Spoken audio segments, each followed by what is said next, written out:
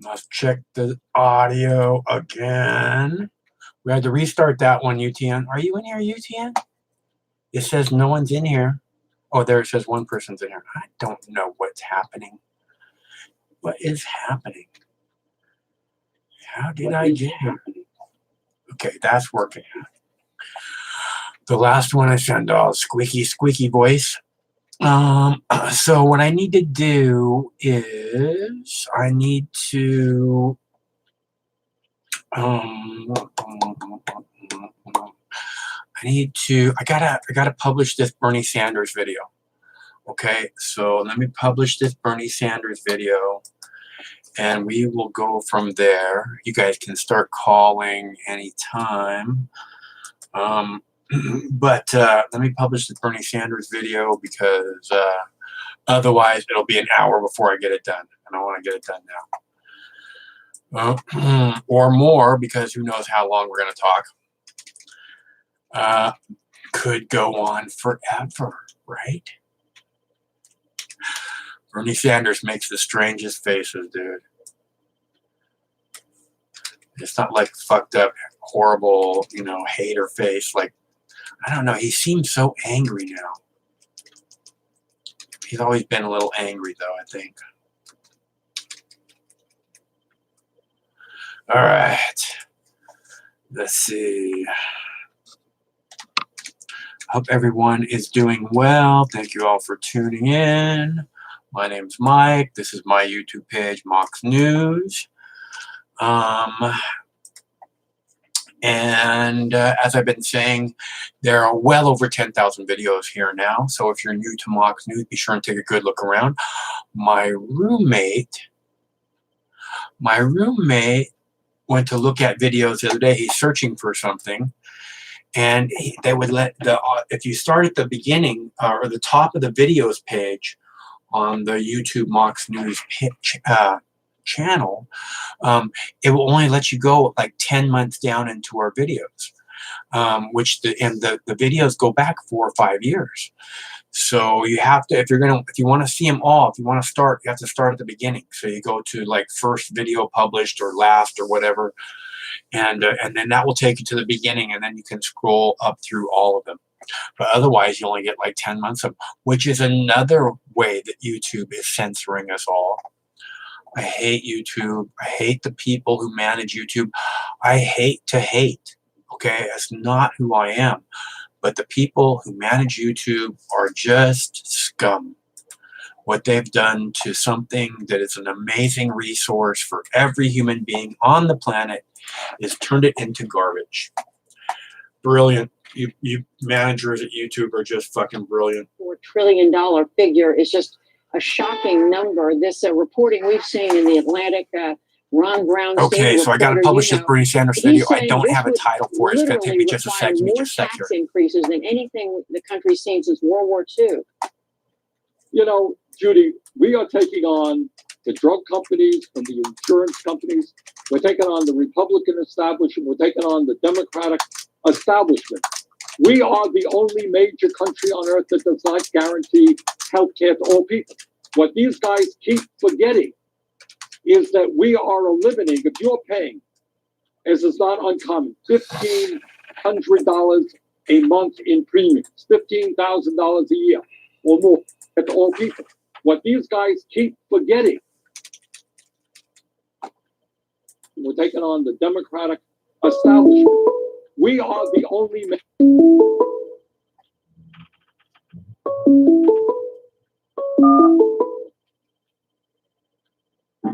Hello, caller. Michael. Hi, how's it going? Good. It's Drunk Pete. Hey, Drunk Pete. What's up, brah? Brah. You wanted me to give you an update on the tinctures on Friday, right? Yeah.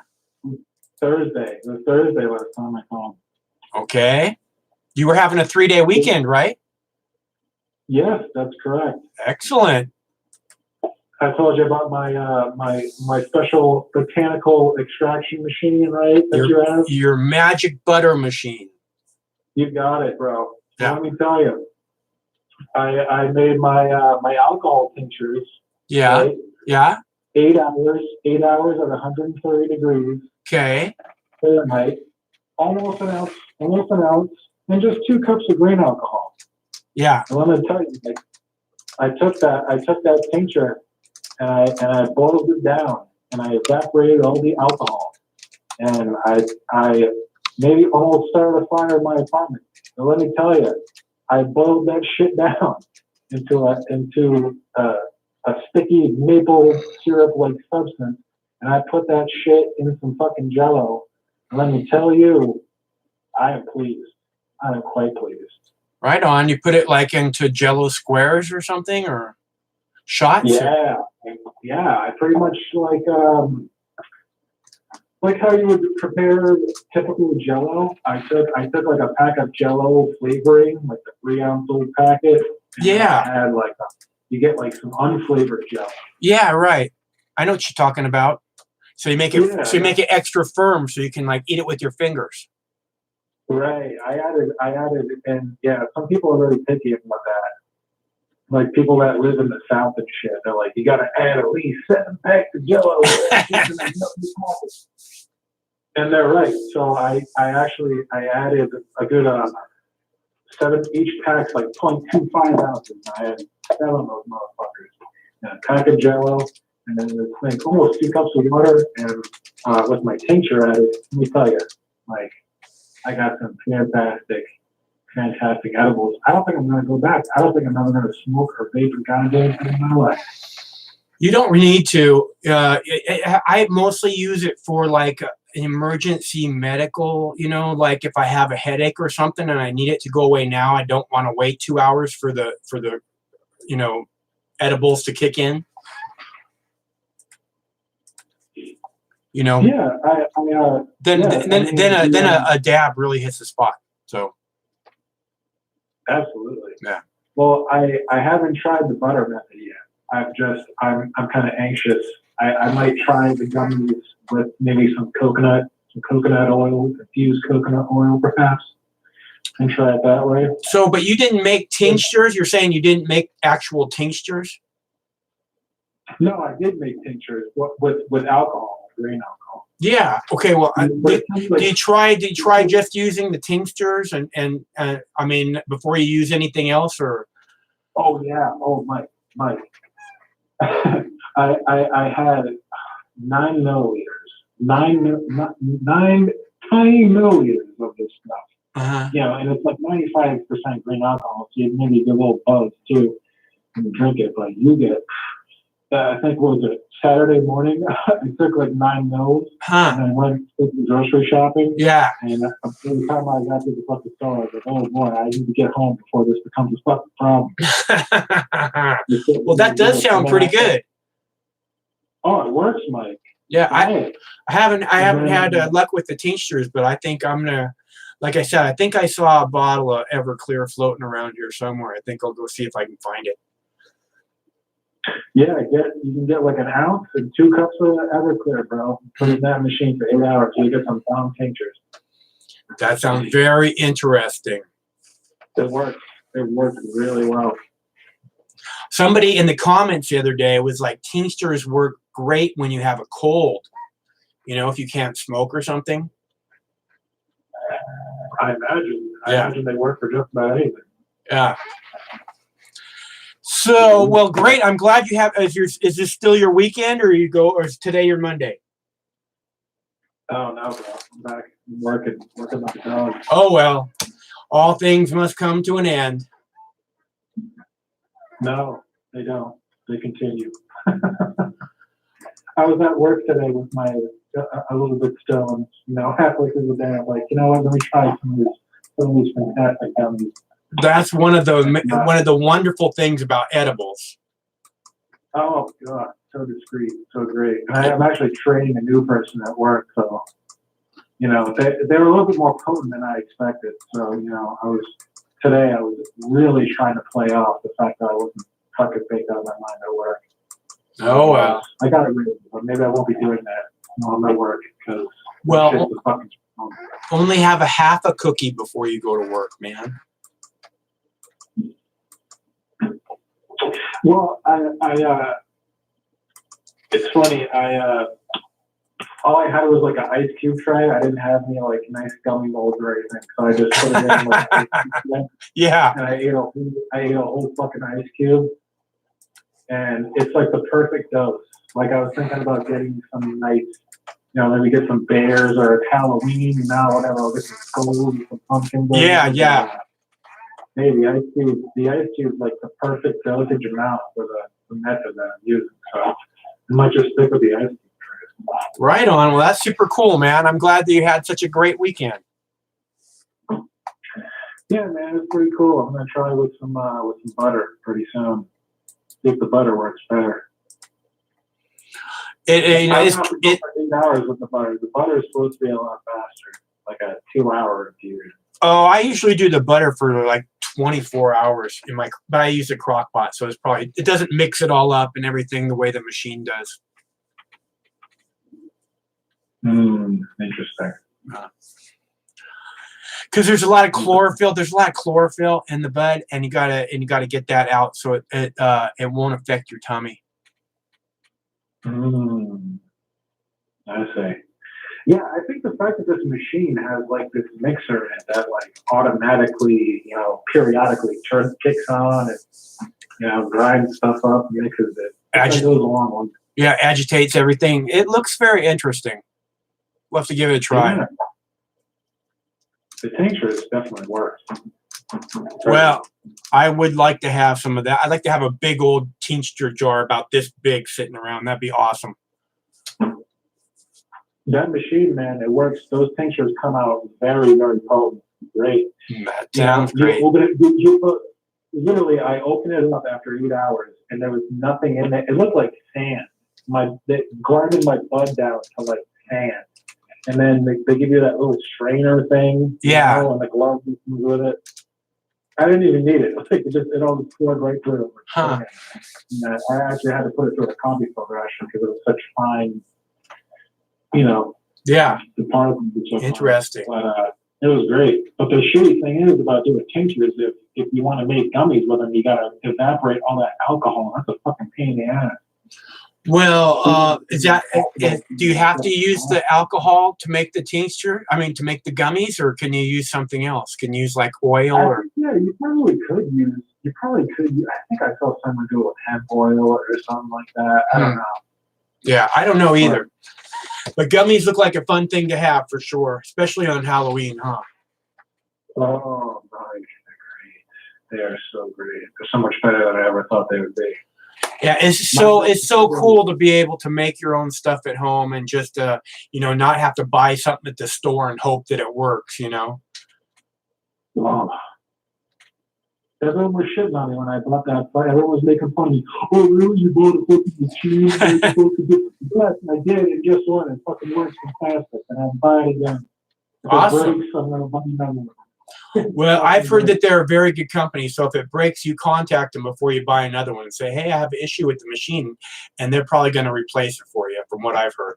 Well, it comes with a 1-year warranty. There you go. There you go. Download fucking magic butter machine. Check it out, people. Can't go wrong. He's the CEO.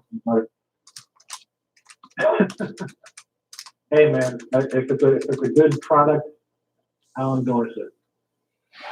Right on, Pete. Well, I'm glad you had a fucking great weekend, man, and I'm glad you updated us on how the tinctures went, because I was really when I was out walking the dogs today, I was like, man, I hope Drunk Pete calls and tells us about his tinctures. Try it out. I would. Ready to evaporate all that shit on your oven. That's a little unpleasant. Well, I mean, but you don't evaporate it if you're keeping it as a tincture, though, right?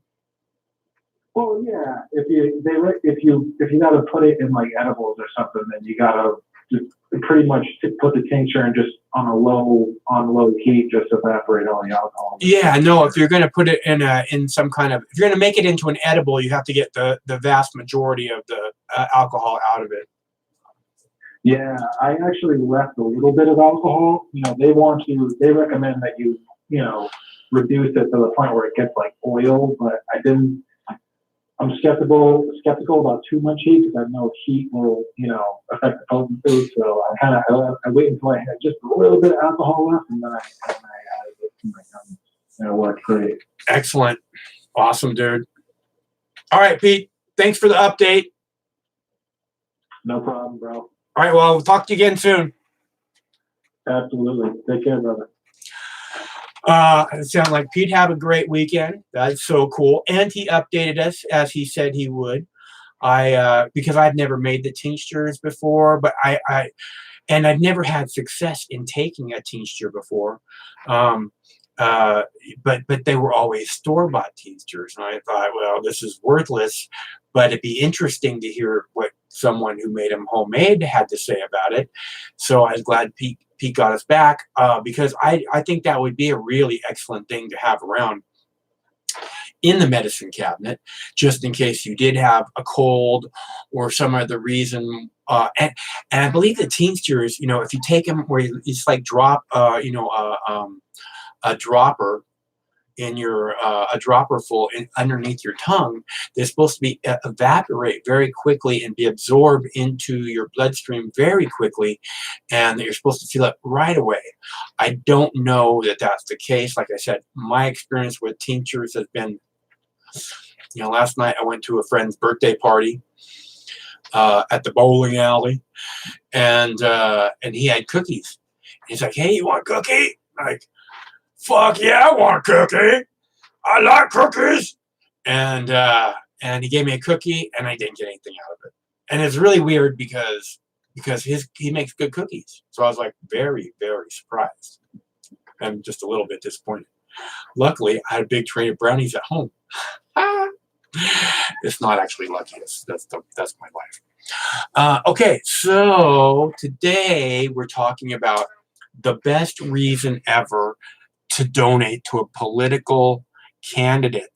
And Tulsi Gabbard has given us the best reason ever to donate to a political candidate, because for the last 5 days, every hour of news, we get to hear the words, Hillary Clinton is the queen of warmongers. And what now? What was it? It's the queen of warmongers and the rot that's destroying the oh man, what was it? Oh, I knew I needed to have that pulled up. Anyways, the personification of the rot that is destroying the Democratic Party. Every hour on the hour for the last 5 days on every news channel there is. There has never been a better reason. There has never been a better reason in your entire lifetime to give to a political candidate than Tulsi Gabbard for saying that, for making that happen. And you know what really bothers me about this whole thing with Tulsi Gabbard and Hillary Clinton is that nobody, every hour on the hour they trot this story out. Oh, Hillary says that Tulsi is a Russian asset, and then they look at the pundits, the political talking heads, the prostitutes. They look at them and say, "Is that fair to call Tulsi Gabbard a Russian asset?" Like somehow in some fucking delusional fucking alternate universe, it's fair to call Tulsi Gabbard, a major in the National Guard Army Reserves, an active duty major in the Army National Reserves, a Russian asset, But what really bothers me is that nobody absolutely not once, they say Hillary Clinton is the queen of warmongers and the personification of rot that is destroying the Democratic Party, right? They say it, but they don't look at the pundits and then go, is that fair? Is Hillary Clinton really the queen of warmongers? Not once have they. Is Hillary Clinton the personification of rot. And you know, it's not some fucking little gimmicky thing that Tulsi said, like, oh, crooked Hillary, oh, naughty and nasty Nancy, you know. It's not some fucking gimmicky name, Pocahontas. You know, she didn't just call her some, you know, name that she wants to attach her. She said she is the personification of rot that is destroying the Democratic Party. Never in my life has there ever been, there is not a single Democratic candidate running who has the guts to say anything like that about Hillary Clinton, even though it is the absolute facts. Okay? So you want a real candidate? Donald Trump calls her crooked Hillary. Oh, wow, that's really harsh, crooked Hillary. The queen of warmongers, the personification of rot. That's what Tulsi called her. And Tulsi's fucking right. Okay? There has never in the history of US politics been a better reason to donate to any presidential candidate than Tulsi Gabbard after the last 5 days of every hour on the hour hearing Hillary Clinton is the queen of warmongers and the personification of rot that is destroying the Democratic Party.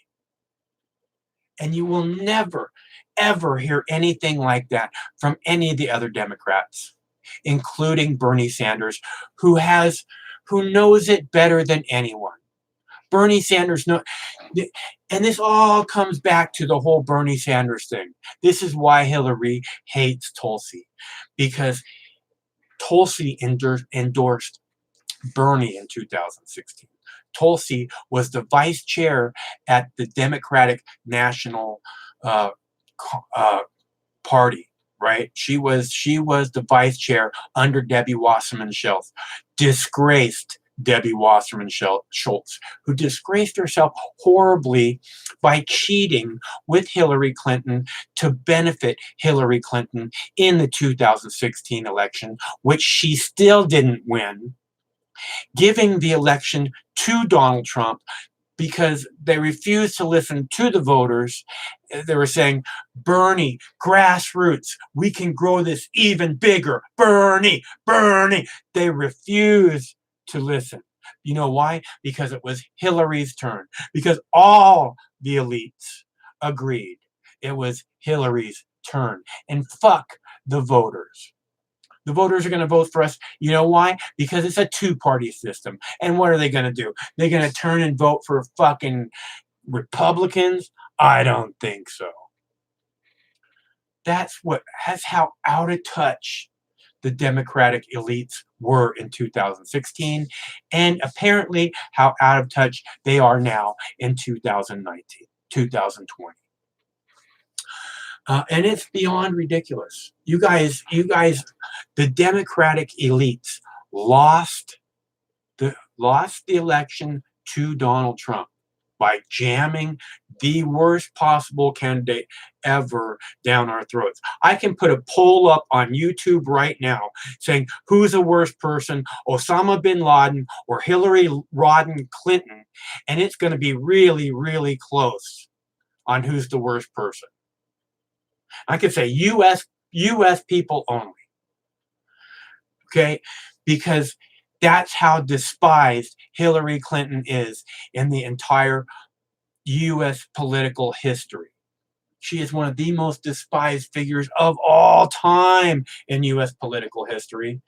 And this great rising star, who she is now trying to crush, this great rising star has the guts to speak out in such a bold fashion as not to call her some ridiculous, crooked Hillary, nasty Nancy. She said, Hillary Clinton is the queen of warmongers. Oh, it fills my soul to hear those words every hour, on every news program, across the entire spectrum, the U.S. dial. So nice. Thank you, Tulsi. Thank you so much for that. Hillary Clinton is the personification of rot that is destroying the Democratic Party. Thank you, Tulsi.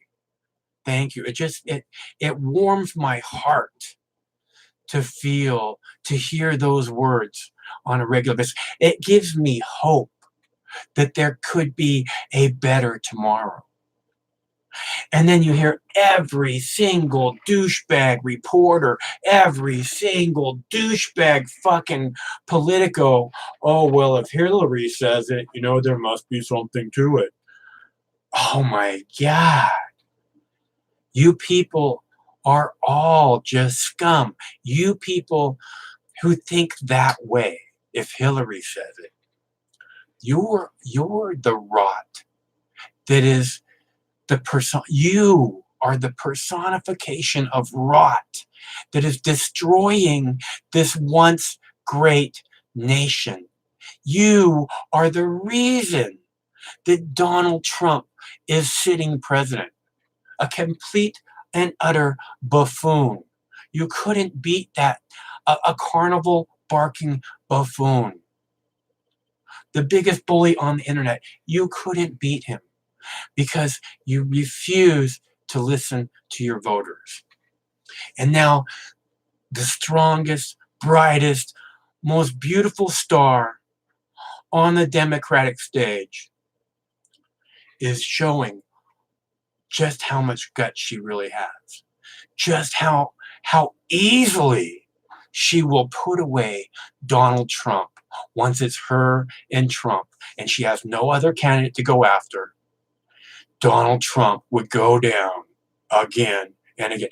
And by the way, did you see that I posted a video of Donald Trump saying, what did he say? He says, I don't know, Tulsi, but she is not a Russian agent. Okay, Donald Trump said that today. I don't know, Tulsi, but she is not a Russian agent. I posted that video twice. Twice I posted it. It's a 20-minute presser that the Trump gave at the White House during a cabinet meeting today. Twice I posted it, once from CNN and once from Fox, and both times CNN copyrighted claim and blocked it worldwide. Now, the words that come out of the president's mouth do not belong to CNN or Fox or anyone else. They belong to the world. And I don't give a fuck who taped it. I don't give a fuck. I don't care if I taped it. It belongs to the world. They were spoken to you so that the world could hear it. It's not yours, you fucking morons. And especially this thing, they claimed this thing, right? I posted this 8 hours ago, 9 hours ago. Trump says, I don't know Tulsi, but she is not a Russian agent. Okay, I posted that twice. I spent hours posting that twice. And CNN claimed not only the CNN version, but they also claimed the Fox version. They claimed copy on it. And you know what they said? They said it was part of the debate. They said it was part of the debate from the 15th. They said, it says, let me see if it shows what it says here. It says, oh no, it says this says CNN. But they claimed it was part of the debate from October 15th, last week, and that they blocked it for that reason. And this is the reason there needs to be somebody, it would be so nice to have a fucking attorney who gave a shit about stuff like this. That actually cared about something other than money. I know an attorney who cares about something other than money ain't gonna happen. But if there was, it'd be so nice because these people need to be sued. What they're doing is illegal. They cannot claim copyright on video they don't own. Okay? And Google lets them get away with it because they paid Google money or or something. I don't know. They make Google money. That's where I don't make Google money. But I do because I don't know. Anyways, I posted that earlier twice, and CNN, fucking assholes, blocked it twice. And I submitted a copyright counterclaim immediately, which CNN has not bothered to respond to yet, so it's still blocked worldwide. But I digress. Again, I am just really, really, really happy that Tulsi Gabbard has made this statement about Hillary Clinton being the queen. And I'm just wondering, do any of you guys think that there's anybody else in the Democratic field who has that kind of guts to stand up to the juggernaut that is Hillary Clinton? To stand up, I mean, Hillary Clinton makes people disappear. They go away for good. Okay, and she does not hesitate to stand up. And she will do the same thing to Donald Trump, just as she did to Kamala Harris, and just as she's ready to do with any one of these candidates head to head. We all know not one of them can hold a candle to her for a second, because she is a mighty, mighty wind, and she will blow them all away. So, in case anybody wanted to talk about that, I thought that I would bring that up. I don't know. Maybe nobody wants to talk about that. I thought it was important. I thought it was good. I thought it was the best reason ever to donate to a political candidate, really and truly.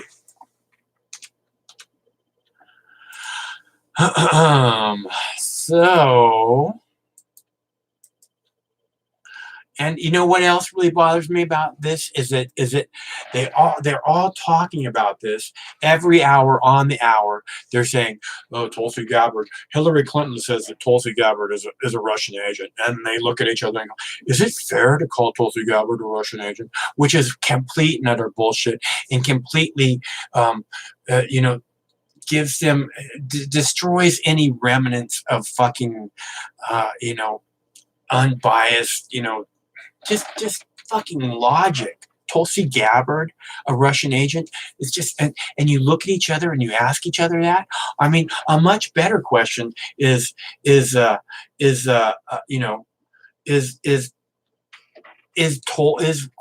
Hillary Clinton the personification of rot that is destroying the Democratic Party? That's a much better question to answer. But damn it, I was gonna go somewhere with this. Anyways, and then they do this every hour. They say these things, as they talk about this particular discussion, and then not one of the motherfuckers brings Tulsi Gabbard on their show. I mean, this happened on Thursday last week, and they've talked about it, and they've talked about it. They've talked to Congress people. They've talked to other presidential candidates. They've talked to each other, all the fucking prostitutes. Does Tulsi Gabbard, is she a Russian agent? But not once has any one of them. I mean, Tucker had her on his show, but Tucker is he's a little bit out there. He's not in quite the same boat as all the other ones.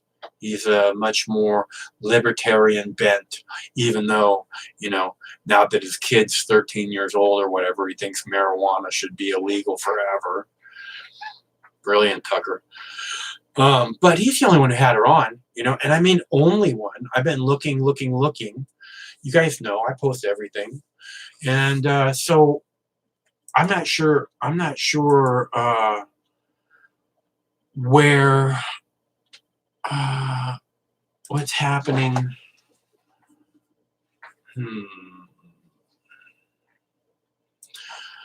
I'm not sure. I don't understand how these people can talk about this every hour and not say, "Hey, Tulsi, you want to come on and explain this?" Because You know, they're ready to tear her down on everything. They think, you saw the Joy Behar saying, "Oh, Queen of the Warmongers. I don't like that. I got a guy who's running against her for her seat in Congress today, talking about how her supporters are white supremacists and Holocaust deniers."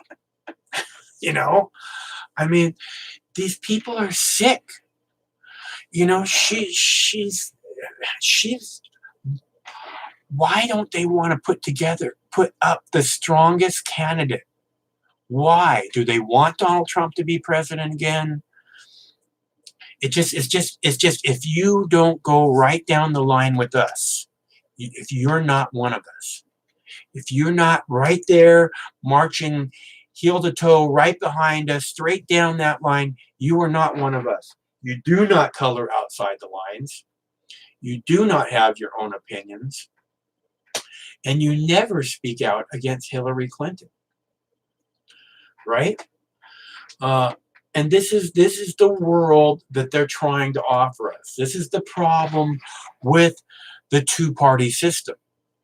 You know, is that there's just this, you know, you eat turd sandwich or giant douche, and then somebody comes along like Tulsi Gabbard, and they all go, "Oh, well, she's not a turd sandwich or a giant douche." And you go, exactly right. No one wants a giant douche or a turd sandwich, okay? And she's not either one. And both parties will tell you that. That's what they're saying. Oh, she's not a real Democrat. Just like they did to Ron Paul. Oh, he's not a turd sandwich or a giant douche. He's not one of us. He's not even a turd sandwich or a giant douche. You know, this is what they're doing to Tulsi now. This is what they did to Ron Paul then. And this is the real problem with the two-party system.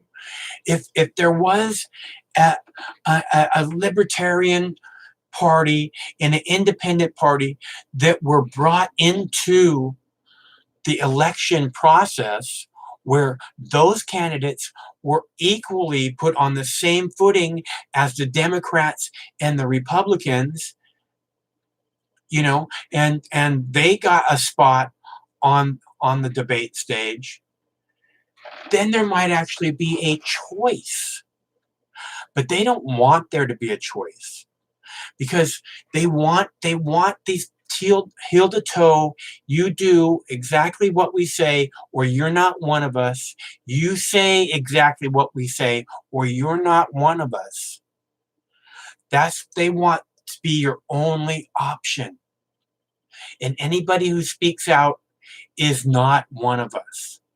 That's not a real Democrat, not a real Republican. It's not a giant douche or a turd sandwich. They're not one of us. And that's the problem with the two-party system.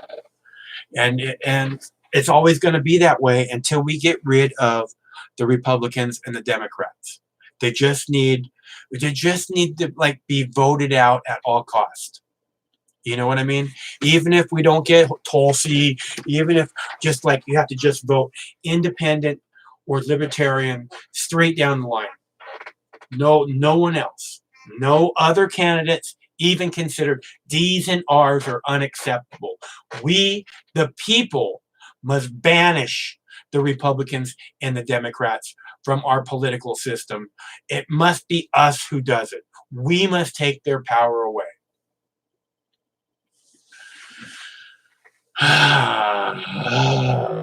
But I am rambling again for 40 minutes now. I talked to Drunk Pete for a little while.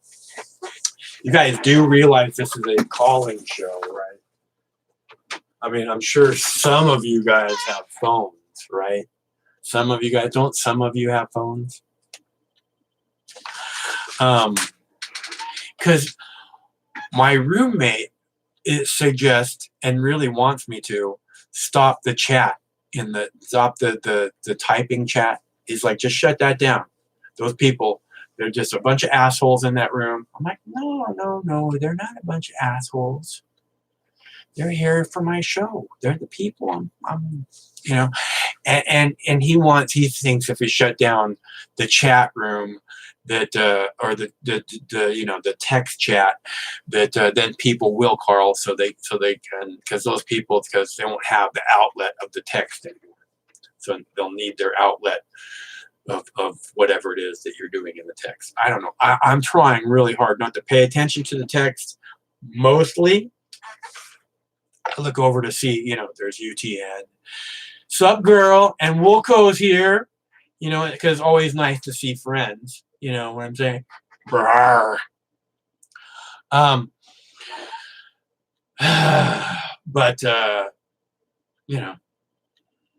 oh, the Canadian elections, right. Good call, UTN. Today is the Canadian election. Canada votes, eh? And I'm recording some results now. I don't know if they've called anything or not, but they are running. I'm doing all the CBC stuff. It looks like, oh, there's one right there. Andrew Scheer. Regina. Andrew Scheer from Regina gets the vote. Boom. I love Regina. I love Regina in the morning. Reminds me of victory.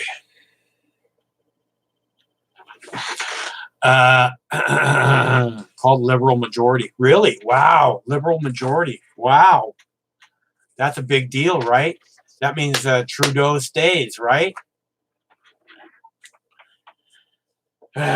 Trudeau. You like Trudeau, UTN?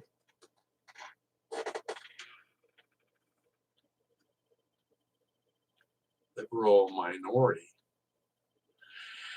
Thanks, marijuana community. That's very nice of you. All right, so as we were saying, Tulsi. Tulsi deserves your donation. Tulsi did something you will never see another Democrat do, by calling Hillary Clinton the personification of rot, which is destroying the Democratic Party. Not only did she call her that, she got the news media to talk about it for the last 5 days, every hour, on the hour. We get to hear the words, Hillary Clinton is the queen of warmongers. Oh my God. Oh my God. It's almost like you can hear ethereal angels in the background going, oh, you know what I'm saying? That's how much. That's who Tulsi Gabbard is. This is what Tulsi Gabbard will make happen. She's not here to play games. She is search and destroy. She is eliminate with extreme prejudice. Okay? And she nailed it on Hillary Clinton. The queen of the warmongers. You got that right, baby girl. Go get him. Go get him. I wish she'd take out all the rest of them exactly the same way. There needs to be more. There needs to be more Tulsi. The freaking the liberal media is not really liberal, by the way. They just act liberal. They're not really that. You don't understand. It's a game. It's a ploy. Hello, caller. Hey, Mike. How you doing today? I am doing good. How are you doing today? I'm doing excellent. My name is Mike also. Right on. Nice to hear from you, Mike. I hear you talking about Tulsi. I am talking about Tulsi. I love talking about Tulsi. Okay, me too. And you seem the perfect guy to talk to about it. Okay, let's hear it. I'm sorry. Go ahead. I said, let's hear it. Let's hear it. Okay, so I totally agree with you on all the anti-war, and I totally agree with you on the her standing up, and speaking out. I live in her district. Oh, right on. So Lucky. yeah, it's nice. I mean, I live on one of the islands that's pretty nice. So, but anyways, so I totally agree with everything. But here's my thing. I never hear you really talk too much about this. I just kind of started listening a little bit. I love your channel. Thank you. Excuse me. But I think a lot of people get hung up on her. I don't know where, like, I've heard people say she's a Republican because she applied for a job with Trump. I hear people say, oh, you know, that obviously Hillary is saying all kinds of horrible things about her. And yeah, I would say it's suspect. Well, can I correct you real quick? She didn't apply. Sure. She didn't apply for a job with Trump. Trump put her on a short list to be the head of the VA administration for veterans. Oh well, he was going to pick. He was going to pick her to head the VA, and she interviewed. He called her in to interview for that job, and she went in. And when the president calls, you go. You know what I mean? Especially if it's for something. And that makes. Yeah, that actually makes sense. I did not know that, and actually, she would be actually a perfect person for that job. I think. Yeah, it would have been one of Trump's best selections ever for sure. Yeah. Oh yeah, definitely. Okay, so here's my wrench in the works. I love it. I've actually voted for her here, as you know. So here's the wrench though for me, and I don't hear you talk much about this, but. Her last few votes on this might be sensitive on the Abortion Survivors Act or the Pain Capable Unborn Child Act. All those votes, she voted no. Now I'm not even getting into the abortion argument, pro-life or any of that, but I'm saying that's kind of like even beyond that because I mean I'm using the source votesmart.org, and you know it shows the records of their votes, and it just that's the one thing I think I'm not saying that's affecting any of this. That's not why Hillary's saying what she's saying or anything like that. But I'm just saying that. There has to be. You have more subscribers than she does on YouTube.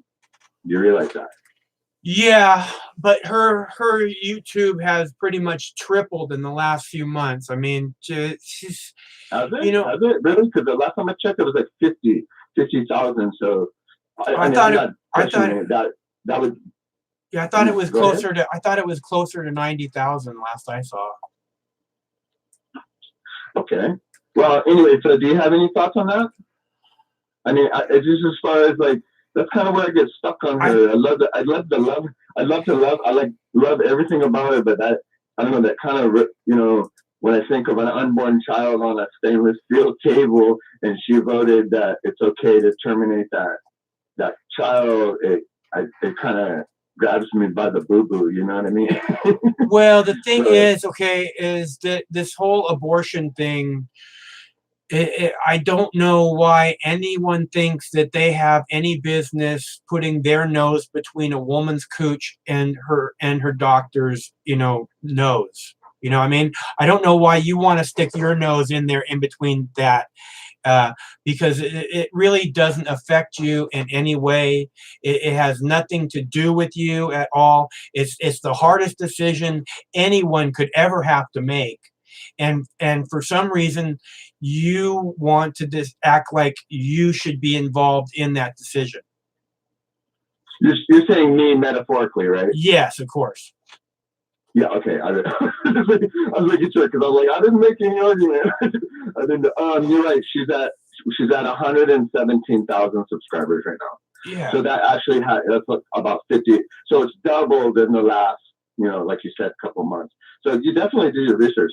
Yeah, no, I'm not even having. Yeah, I see what you're saying, and that's the argument I was kind of saying. I'm not real. I wasn't trying to get into. I'm just trying to like, if you and I were sitting here smoking a joint and drinking some beers, and I said, "Fuck," why should that be legal that they could do, like if we're, I'm just talking like that, what I Yeah. mean? That I'm not like holding a position. So I'm just saying that's kind of like, just makes me, made me feel a little weird, makes me feel, and that's, I don't know, maybe that's where I think, from the beginning, I thought I was trying to make predictions and I thought Tulsi would be the one. And I still think she might, even though she's polling at 1.8%, I think she still might have a chance. You know Well, what yeah. I mean? I mean, the last presidential election, all the polls were clearly wrong, right?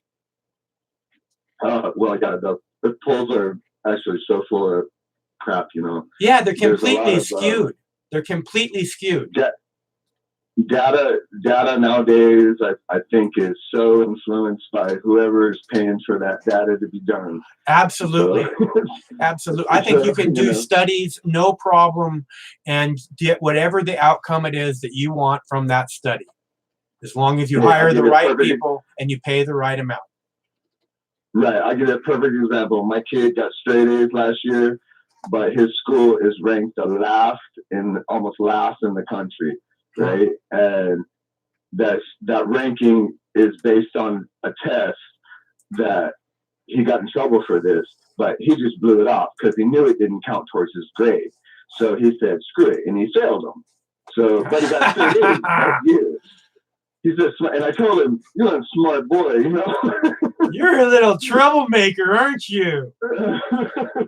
but that's how, like, just an example of how data is just so unreliable, I think, nowadays. I mean, even on the climate change issues, I hate to keep rattling on, but I'm a big fan of data. And everybody says that the people that talk, they don't have any facts or data. And then the people that do have the data, then I start looking into that data and I'm going, oh, well, that's a little suspect, So anyways, I don't want to take up much of your time. I mean, I've definitely enjoyed talking with you, and I wish you the best of luck on your channel. Hey, thanks so much for calling, man. Have you been a Mox News viewer for a while? I've kind of tuned in and out. I like it because I don't know. I get what you seem to like not jump down people's throats too much if they think a little different than you.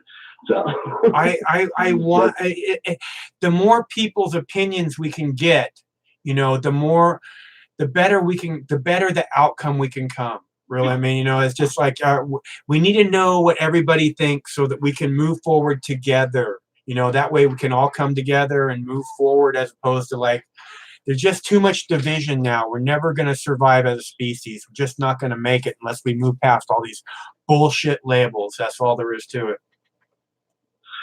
Yeah, I'd say it's definitely a conundrum. Well, I'm going to watch the rest of the show and let somebody else call in. I hope I've encouraged somebody. Maybe somebody will call in and talk bad about me. That'll be exciting. Okay, cool. Thanks a bunch for calling, man. Hope we hear from you again soon. Aloha. Okay, same deal. Okay, aloha. Okay. Okay, so that was awesome. I think that's our first caller from Hawaii, our first Tulsi voter. And he was super cool. He sounded very happy. I should have asked him what kind of pakalolo he was smoking. But so I think that this is what he's saying. I get that there's these little concerns here and there's these little concerns there, but the truth is, everyone else is just a status quo gatekeeper that has been a status quo gatekeeper for the fucking government for as long as they've been a political activist. They're not there to make a difference. They're not there to save the planet. They're not there to bring the troops home. They're there to keep everything just how it is right now.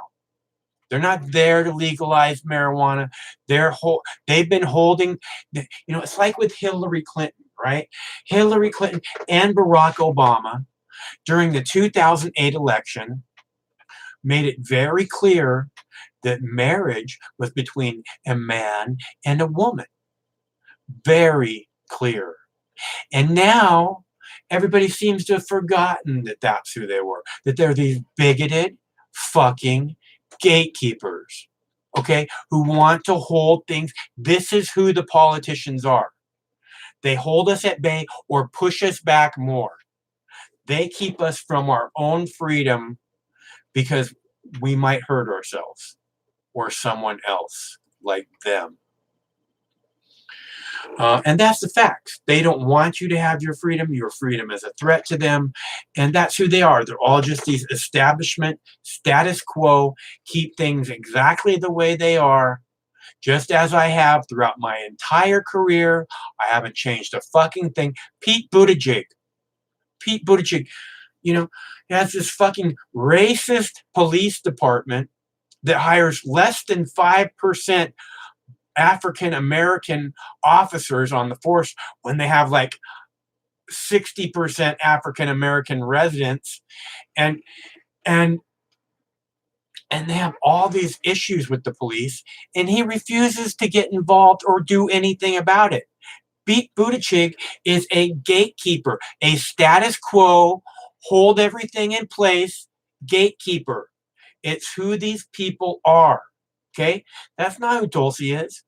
Again, Pete Buttigieg was asked about if it's fair to call Tulsi a Russian agent. He's like, oh, the dance around that shoot. No, well, change the subject. Douchebag. Okay, she's your fellow brother in arms. What's wrong with you? She put her life on the line. You're supposed to stick up for your brothers in uniform. What the fuck is wrong with you? Pete Buttigieg is not who he pretends to be. Let's just leave it at that. Fucking Camilla Harris. Don't get me started on Camilla Harris. Camilla Harris' own father went after her, said she's a complete and utter phony, and her grandparents are rolling over in their graves because she's such a complete and utter phony. That's what her own father said about her.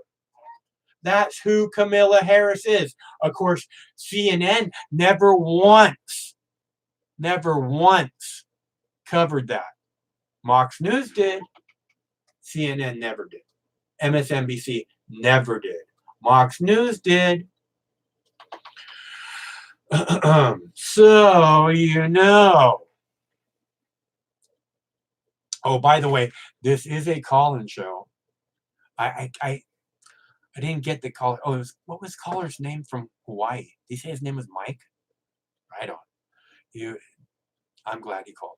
Anyways, it's so much nicer when you guys call, okay? That's what I'm trying to do. And you heard that guy, he was laughing, he was having a good time. He was very happy to have made the connection with me. And with you guys, and to have gotten to express himself and hopefully encourage others to do that. What a great caller. Meanwhile, you guys just want to talk in the chat room.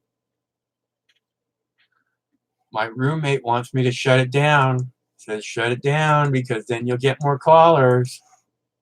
I don't really want to shut the chat room down. But I will if I have to. I'm just saying. Okay, so where are we at here now? We are at the hour mark. We made it 1 hour so far. Not bad, right?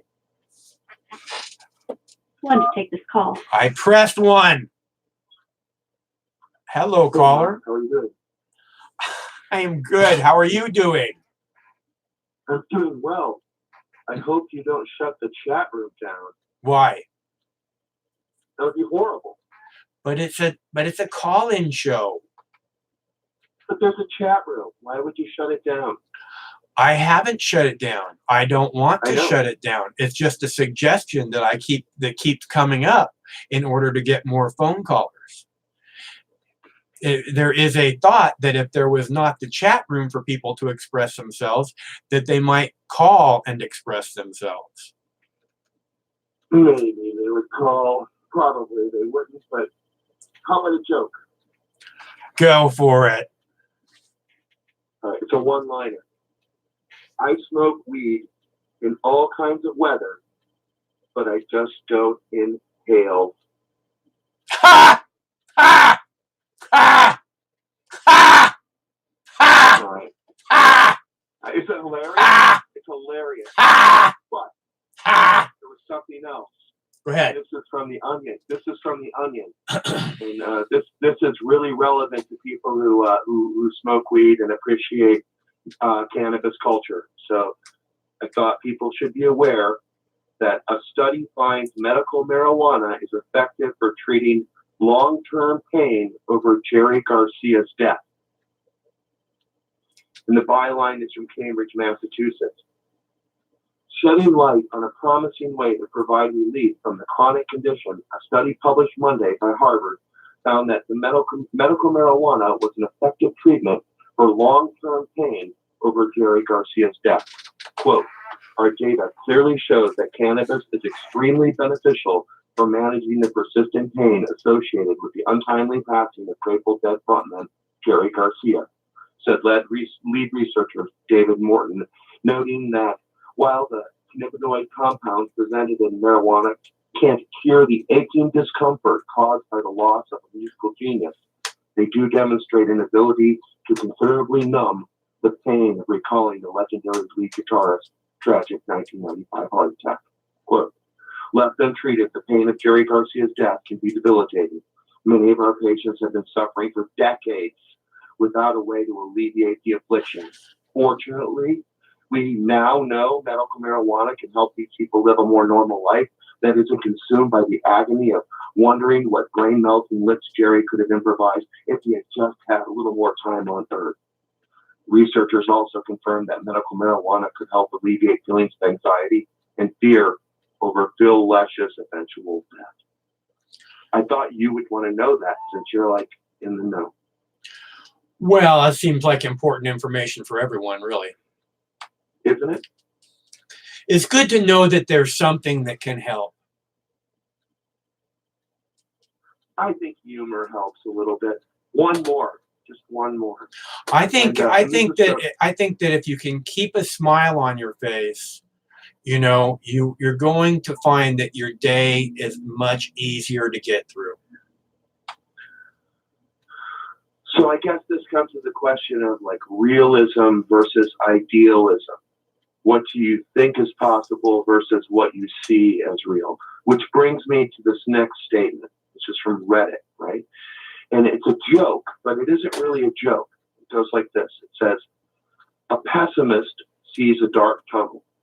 An optimist sees light at the end of the tunnel. A realist sees a freight train. The train driver sees three fucking idiots standing on the train tracks. You know, it is what it is, So, Matt. I mean, it is what it is. And the Democratic Party is a completely corrupt institution.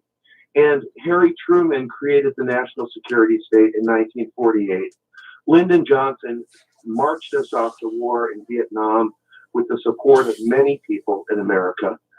I don't know. You could go on and on. Bill Clinton in the 1990s, like NAFTA, you know, putting people in prison, eliminating welfare, going to war in Yugoslavia with Serbia, and Obama's crimes are like, you know, they're more recent, so people are more familiar with them.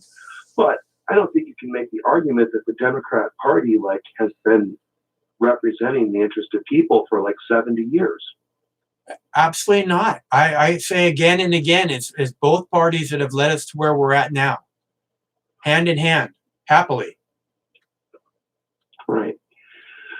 So the last Democrat that people like kind of go back to and they say, oh, that person actually gave a shit and cared about people was Franklin Roosevelt. Huh. And Obama was kind of a ghost of that.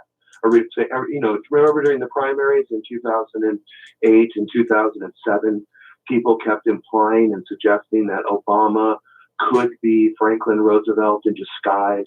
And if he just has the opportunity, he's going to walk in there and the world is going to be different and the bankers will be held accountable. I recall. Obama could have made anything happen for the single reason that he had a mandate not just from the voters of America, but from everywhere around the world. The entire world was in love with Obama, and he could have made happen exactly what he told us during the election he was going to make happen. He just chose not to, because it would have been a lot more difficult. I'll tell you a true story, Mike. I voted for Barack Obama in the Iowa caucuses. I was one of the first, 100,000 people in the United States to cast my vote for Barack Obama. Yeah. I was in a church basement, and there were people for Joe Biden in one corner of the room. There were people for John Edwards in another corner of the room. People for Barack Obama and Hillary Clinton in other corners of the room. And it was in a poor neighborhood, maybe kind of like the Hilltop neighborhood in Tacoma. Are you familiar with that neighborhood? No, but go ahead. It's a poor neighborhood. Yeah. And a lot of people, a third of the room was African American, and I had went there with the intention of voting for Dennis Kucinich. And I lived in a little one-bedroom apartment, and Dennis Kucinich had left a lot of messages on my phone machine saying, Chris, you need to walk down there to that precinct and vote for Dennis Kucinich. And I did. I went there and said, I'm not a Democrat, but I'll participate, and I'll put my 2 cents in for Dennis Kucinich, who was an anti-war candidate. Right. As I had been demonstrating against war my entire life. Yeah. Since 1985 and shit. Yeah. So I thought, hey man, Dennis Kucinich is somebody I can endorse, right? So I went to this precinct in Cedar Rapids, Iowa, and I walked into that room. And as soon as I walked in there were about 100 people, and I was one of 100 people. And there was one other woman in the room. She was about 10 years younger than me. She was kind of, a hippie, probably looked a lot like you in ways. That's not an insult, it's a compliment. But there was one other fellow traveler in the room, right? And that was it. And you needed about 13 or 14 people to get one delegate out of that room to even get a tally. Yeah.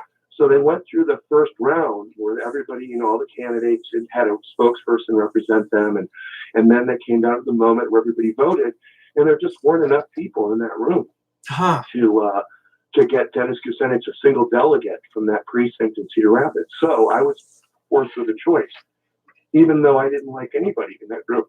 Even Dennis Kucinich, I was a little sketchy about, but I was there because I supported the cause, the anti-war. Like Tulsi Gabbard, Mike, right? Same concept. Because I voted for Ralph Nader in 2000 and Ralph Nader 2004 in 96. So I wasn't even really there, as a proud Democrat. I was a critic. Anyway, I was there. So in that room, we should all be critics, by the way. These people do not need our support. What they need is us to keep them in line. Okay? Donald Trump doesn't need your support. Donald Trump needs you saying, you said you were going to do this, fucking do it, asshole. Go ahead. So I was in this room, Mox, right? And I had to make a decision. I wasn't going to leave the room without voting, because that's the reason why I fucking went to the church in the first place. So I voted. And this is what I looked at right before I made my decision. To the right of me was a lawyer, John Edwards, who claimed to represent working people, but who also had made a lot of money as a lawyer, right? As a plaintiff attorney, as a lawyer. And then I looked, and both him and his wife went to the University of North Carolina. Then I looked at Obama, who graduated from Harvard, and his wife graduated from Harvard. Then I think Obama, his wife practices corporate law, and Obama, even though he has a resume of being a social activist, he really has been a politician from the moment he arrived in Chicago, another city I lived in. Anyway, that all being said, I looked at one room, University of North Carolina, yo, go Tar Heels. And then I looked across the corner, and there's Harvard, yo, go Harvard. And then there's the Clintons. Bill and Hillary Clinton are both from Yale. All 6 people are law school graduates. Yeah. All right. So let's get real about this. This was in 2008. In earnest, the elites, and by the elites, I don't mean the richest people in the world. I don't necessarily mean Warren Buffett or,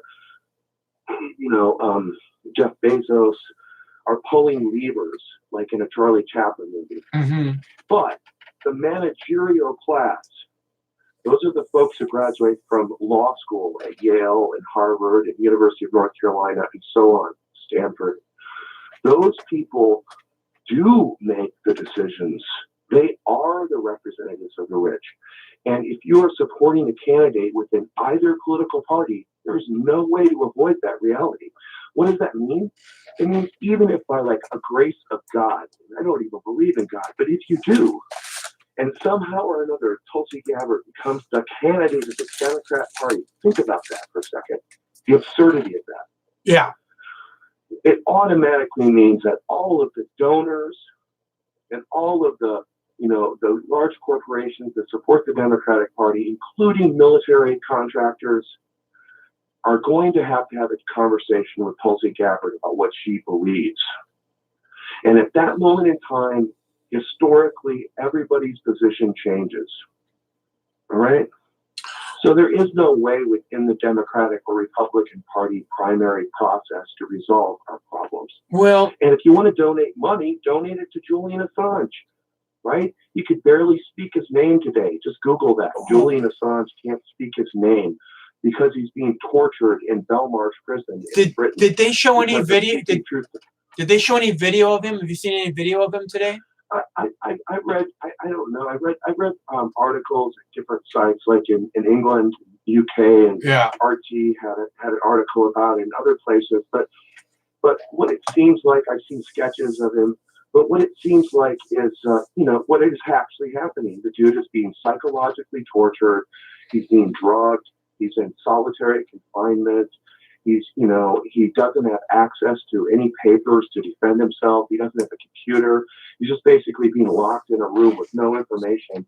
And then he's being pulled out every 6 weeks to be thrown in front of a judge to face these outrageous charges. Yeah, defend himself. Defend himself against what? What the fuck did he do?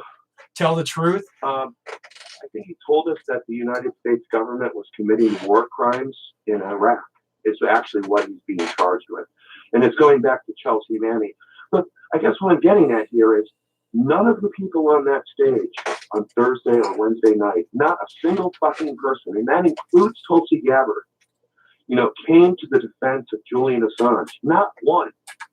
Not Warren or Sanders or Gabbard. Okay. Tulsi Gabbard has already made clear that she will pardon both Julian Assange and Edward Snowden from any charges being brought against them. Well, that would be a great point to make on national television in front of a debate, wouldn't it? In other words, that point wasn't made.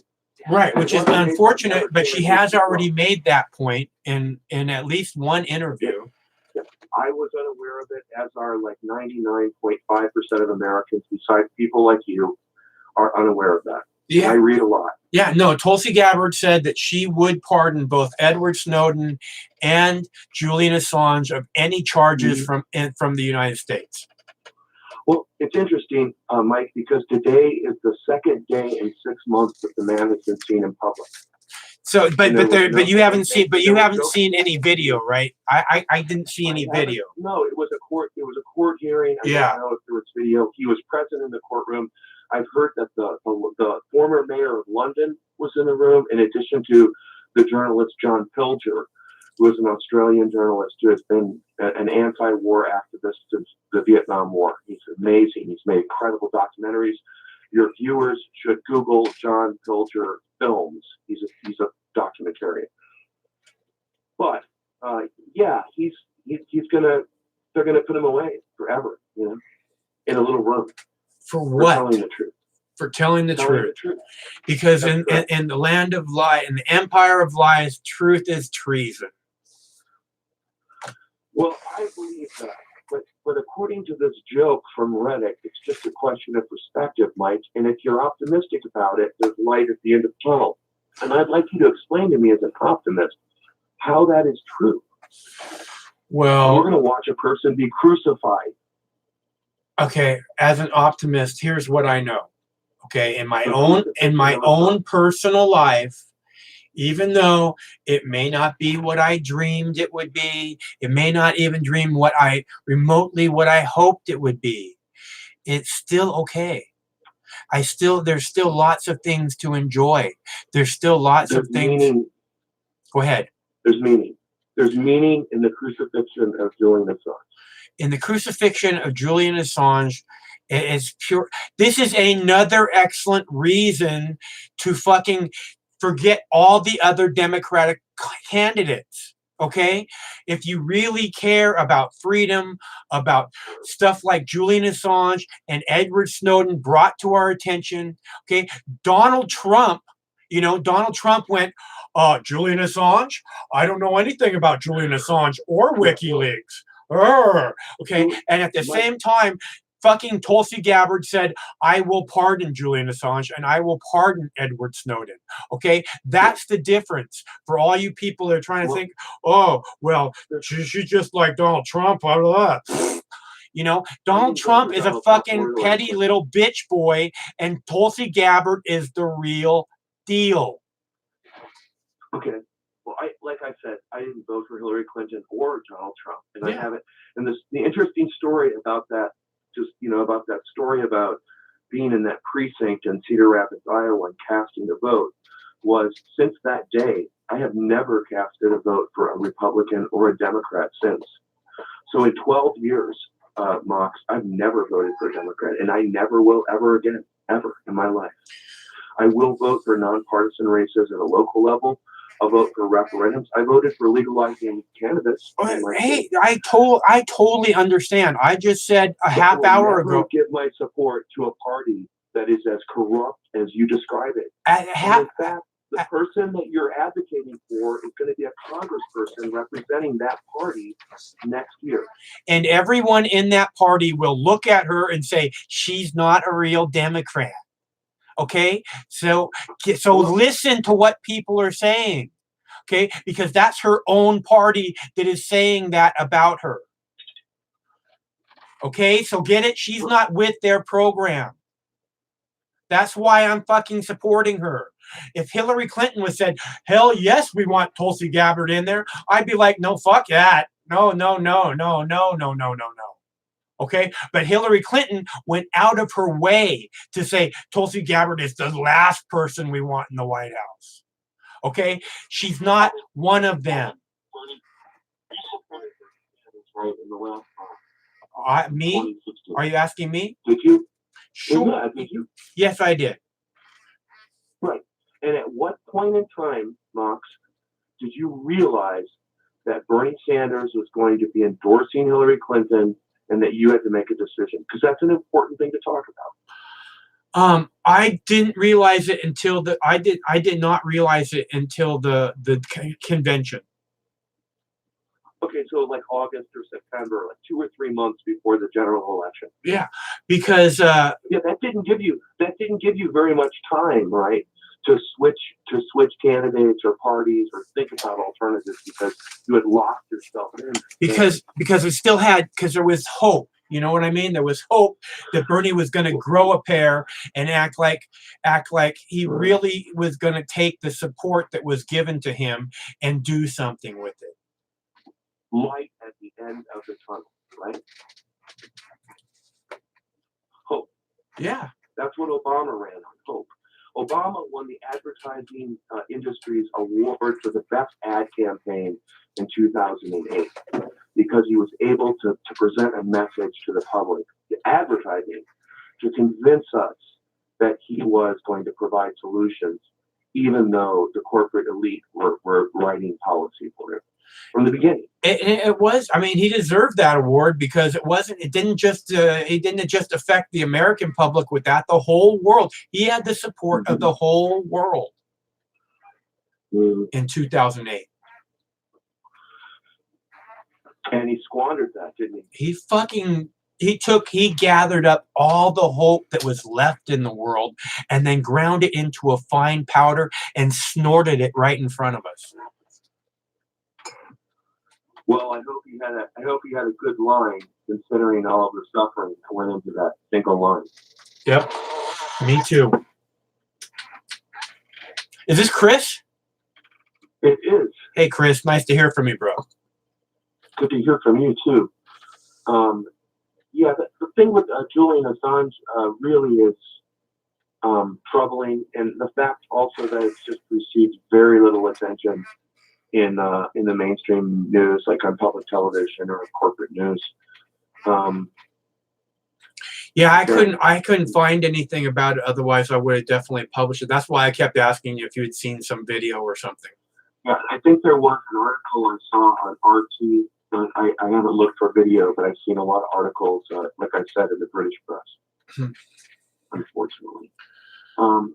Here's another thing I saw that was interesting today. I was checking my stock portfolio to make sure everything was cool, right? And that I was on the upswing. And I ran across this article that said Alexandria Ocasio-Cortez's future budget shows how quickly $350,000 a year can run out. And it's an article talking about this Twitter response between conservatives and between Alexandria Ocasio-Cortez, right? And they look at a budget of $350,000 per month for an annual budget for a family of 4. And this is what they say. They said, struggling with the salary of $350,000, MarketWatch recently set off an internet firestorm by suggesting a family of 4 in San Francisco could have trouble making ends meet, even with that kind of money.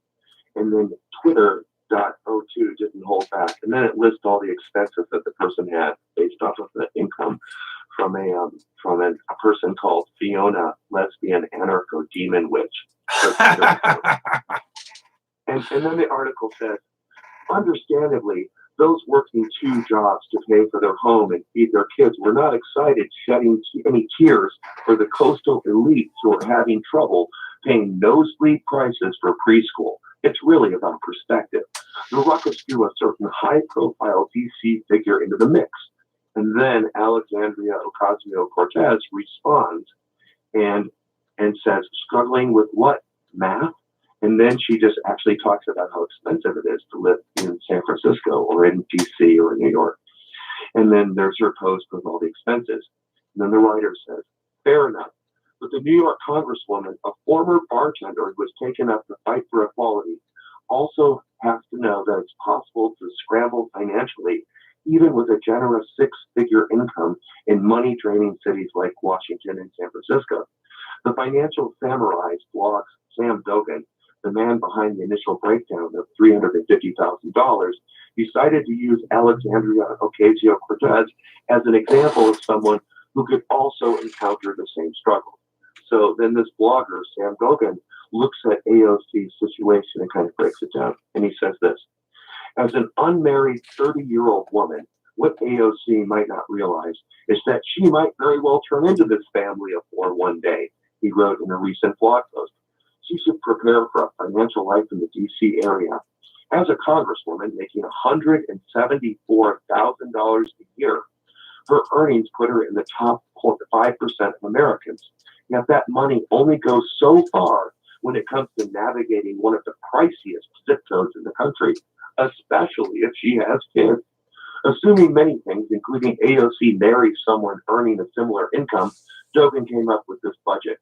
So then he makes a budget for Alexandria Ocasio-Cortez based on a $350,000 salary in DC. And he says, clearly, education is a killer. And if you go to the website, it's at marketwatch.com. The story is Ocasio-Cortez's future budget, and it's a hypothetical budget for a yuppie, this entire article. And then it says, education is the killer, especially if Ocasio-Cortez takes the private school route that many of the area elite tend to choose. Add in the savings for Boston University, which is where she went to school, and the budget is pretty much blown, that $300,000. There's simply not at all much fat to trim, but Dogan did offer 5 routes she could take to tackle these future problems. So these are 5 solutions for a yuppie making $174,000, but might have a hard time making it as things become more competitive. 1, be okay with public grade schools and university. This is by far the most obvious way to alleviate financial pressure. As Dogan points out, that could be difficult and unlikely choice in a position of power. Number 2, do a little side hustling. Members of Congress are permitted to earn outside income limited to no more than 15% of the annual rate of basic pay for level 2 executive schedule for federal employees, or $28,000 a year. Wow. Bring your income up to $200,000 a year. Joking. It's like, yeah, so a congressperson can give 3 speeches for $6,000 and top off at $200,000.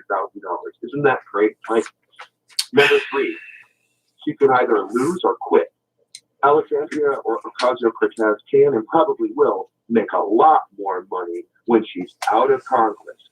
A book deal alone would be worth millions. Number 4, find a wealthier spouse. Dogan points out that she runs in power circles where it wouldn't be surprising for prospective suitors to make millions. The marriage combination of powerful politician plus wealthy business person is one of the most coveted status combinations in history.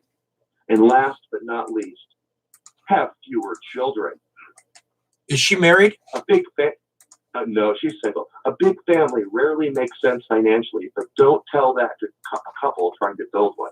It should be reasonable to ask not to have children before first being able to take care of yourself, Dogan said.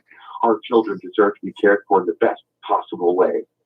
Ocasio-Cortez did not immediately return her request for comment, but don't be surprised if she chimes in from a Twitter feed. But isn't that interesting? I mean, just the solutions, right? I mean, it's a hypothetical set up for like yuppies living in an urban area. But when they come down to it, they say, well, you don't think $174,000 a year is enough for you to live? Well, you can try some things, right? Go to public schools, do a little side hustling, a little job on the side, get an Uber job. You can quit your job and write a book, or you can find a richer person to marry. Now, those are American values, Mike. You know what? That person sounds like a crazy person, dude. Who's ever writing that? I mean, it's like, well, he's obviously a free market capitalist. He's crazy on that level, but he's pretty morally bankrupt, right? That's the problem with the society. That's the problem with capitalism at its heart. Is capitalism at its heart is completely morally bankrupt. There is a little bit. I did have a little bit of optimistic news in the last 3 days that I want to share. I mean, isn't that correct though? Isn't that correct though? Capitalism at its heart is completely morally bankrupt. It doesn't matter, good or bad, as long as you make money. That's all that really matters. I think morally bankrupt is a great way of describing it. I like to use the word amoral, A-M-O-R-A-L. And the reason it's amoral is because capitalism doesn't take any morals or values into consideration. It isn't a question of whether it's right or wrong or not. The question is which is amoral. Is it profitable? Yeah, I mean, if you don't take a position of right or wrong, though, isn't that somewhat evil?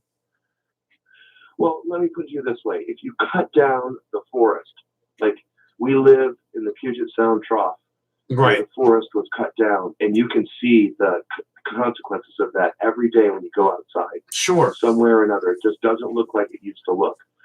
So you ever fly into SeaTac?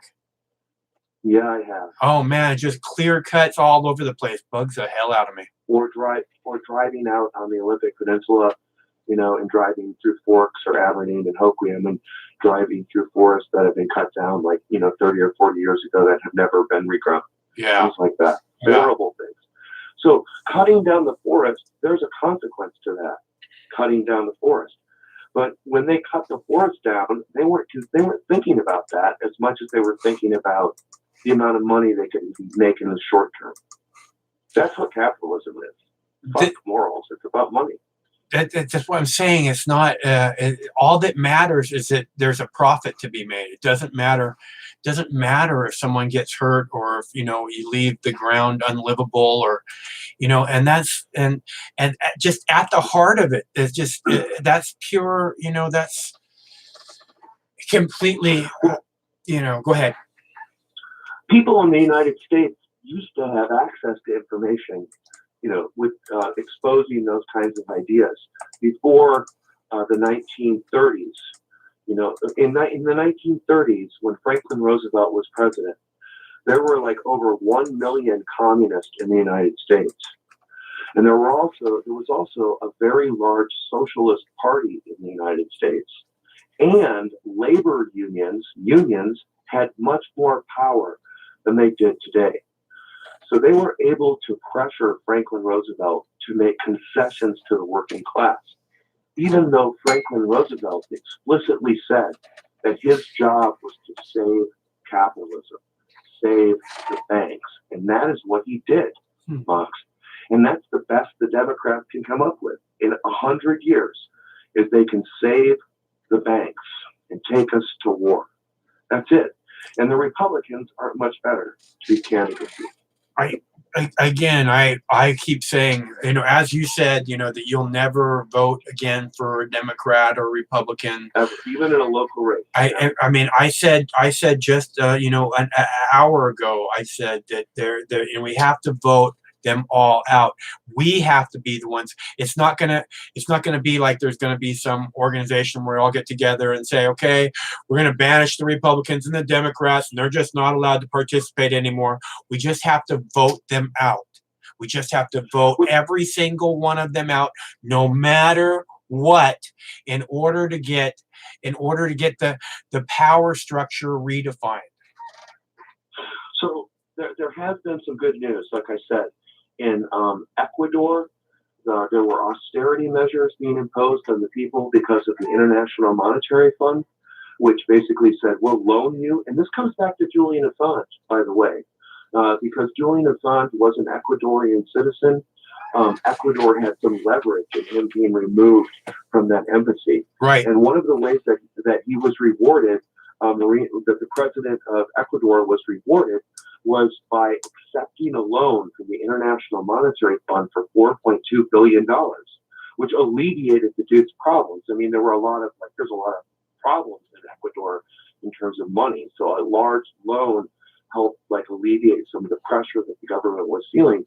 Sure. But in exchange for that loan, he had to agree to austerity measures, which actually were cutting services for the people who live there and cutting subsidies for the people who live there. Right, welfare type of stuff, and retirement. Austerity measures. And one of the things he did, Mike, was he cut the subsidy for oil, which means that the price of diesel fuel went up 25% in one fucking day. Right.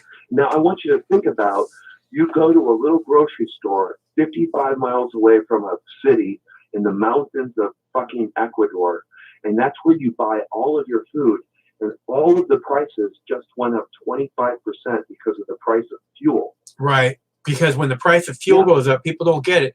All your groceries have to be delivered by fuel.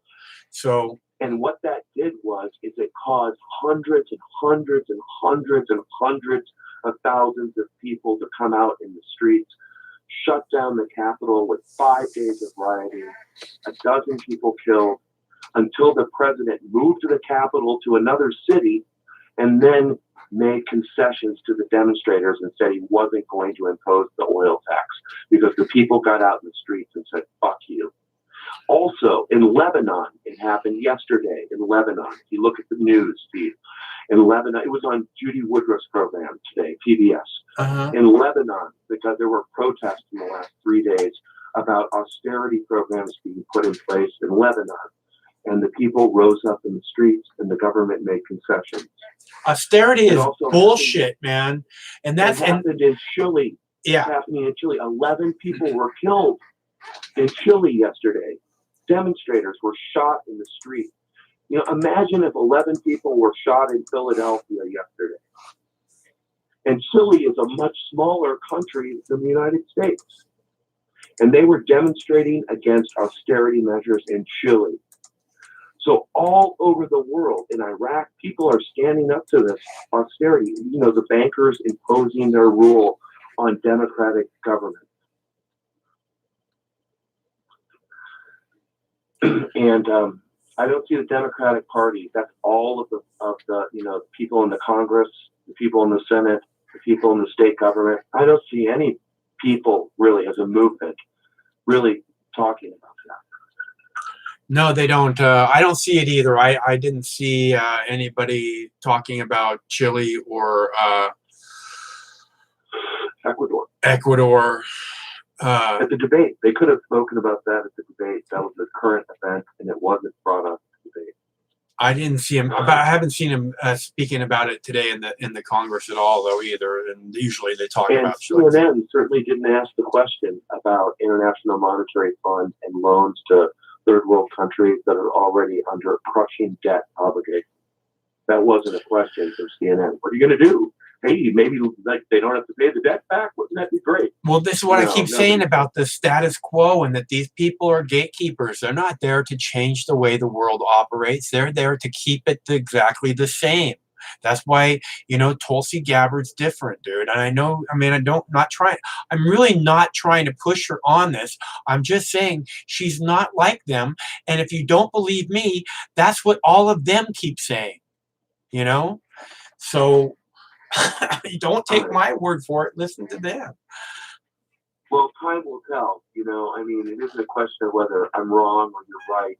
Time inevitably is going to tell which direction the wind blows. Sure. Like Bob Dylan said. Yeah.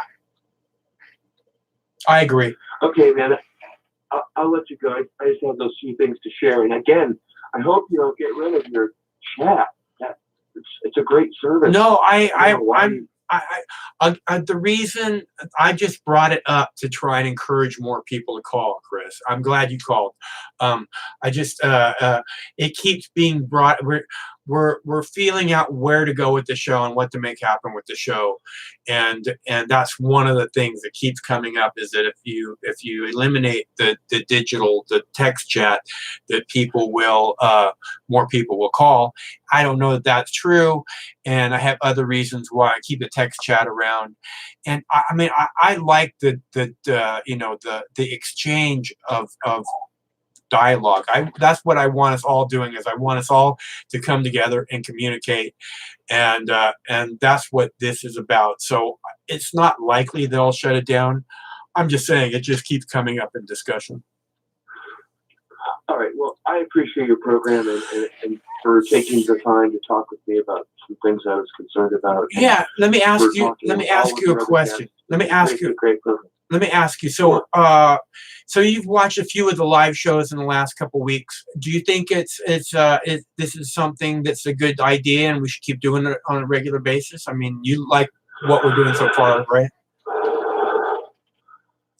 Yes, I do think it's a good idea. I think that it's considering what you do and the clips that you find from the sources that you find and the title, the way that you title your videos, your craft, your art, that it's important for you to fill yourself and kind of explain your perspective, even though it is sometimes self-explanatory in the title. I get that. But still, it's reassuring to people, I think. As for the talk format, I think it's a good format, and I enjoy listening to other callers as well as the chat, because I'm interested in finding out about different perspectives and trying to find out, like you, where different people are coming from. And that helps me in a lot of different ways orient myself politically. So I appreciate it, right? Good. I'm glad that you I'm glad that you called, and I'm glad that you're around, and I look forward to talking with you again soon. Yeah. Peace, Mox, and hopefully one of these days these wars are going to end. Hopefully, bro. That's going to be a hell of a day. It will be. Peace. All right. Stay cool. And that's Chris from Tacoma. He's a great guy. We have not met yet, but something tells me one of these days we're probably going to have lunch together, which would be nice. I love sharing food with cool people. And I do like lunch. So if anybody wants to buy me lunch, it's easy to do at moxnews.com, or there's clickable links in the text body of this video. Mox News survives solely on contributions from good people like yourself. And so far, nobody's donated today. So, not that I'm complaining. I'm just letting you know because I know that good people would want to know that. So anyways, okay, so as I was saying, again, and this is another reason to support Tulsi Gabbard, right? He was saying, Julian Assange, nobody's saying anything about Julian Assange. And you know what? He's right. They're not. But Tulsi Gabbard has. Tulsi Gabbard said flat out, and Donald Trump said, I don't know anything about Julian Assange when he was asked about Julian Assange. I don't know anything about Julian Assange or WikiLeaks. Okay, and that's a person who has absolutely zero respect for you. Okay, he thinks that you will believe he doesn't know anything about Julian Assange or WikiLeaks. What are you, fucking Ronald Reagan now? Tulsi Gabbard has stated very clearly that she will pardon both Julian Assange of any U.S. charges and Edward Snowden. Edward Snowden could come home to the U.S. That's what Edward Snowden wants. Okay? And he knew this when he was interviewed 2 weeks ago, which I have posted here, in which he said, was asked about, if he's supporting a political candidate. And he said, I don't do that. That's not what I'm about. I'm not about telling you who you should vote for. But I'm telling you, she's the only one who has brought him up. But I'm telling you, she's the only one who has brought him up. But I'm telling you, she's the only one who has brought him up. But I'm telling you, she's the only one who has brought him up. You gotta shut off your computer. Gotta shut off the volume. I did. Okay. How you doing, Mike? Okay, how about you? Good. Good to talk to you again. Who is this? This is Michael from Ojai, the grower. I talked to you last week, I think. Oh, right on. Did you have a nice weekend? Pretty chill. Pretty chill. Stayed up all night trimming last night. Just kind of taking it easy right now. Taking it easy is good, bro. Yeah, but I don't know. You get older, you feel like you're lazy. You can't kick ass anymore. Of course you can kick ass. So, what are you guys talking about? I just tuned in. We were talking about Tulsi Gabbard. She has done the most amazing thing, which is for the last 5 days, every hour on the hour of your mainstream media news, we get to hear the words, Hillary Clinton is the queen of warmongers and the personification of rot, which is destroying the Democratic Party. I wonder how long it took her to formulate that tweet. She probably needed to get every word correct, But, well, it's a hell of a lot better than crooked Hillary.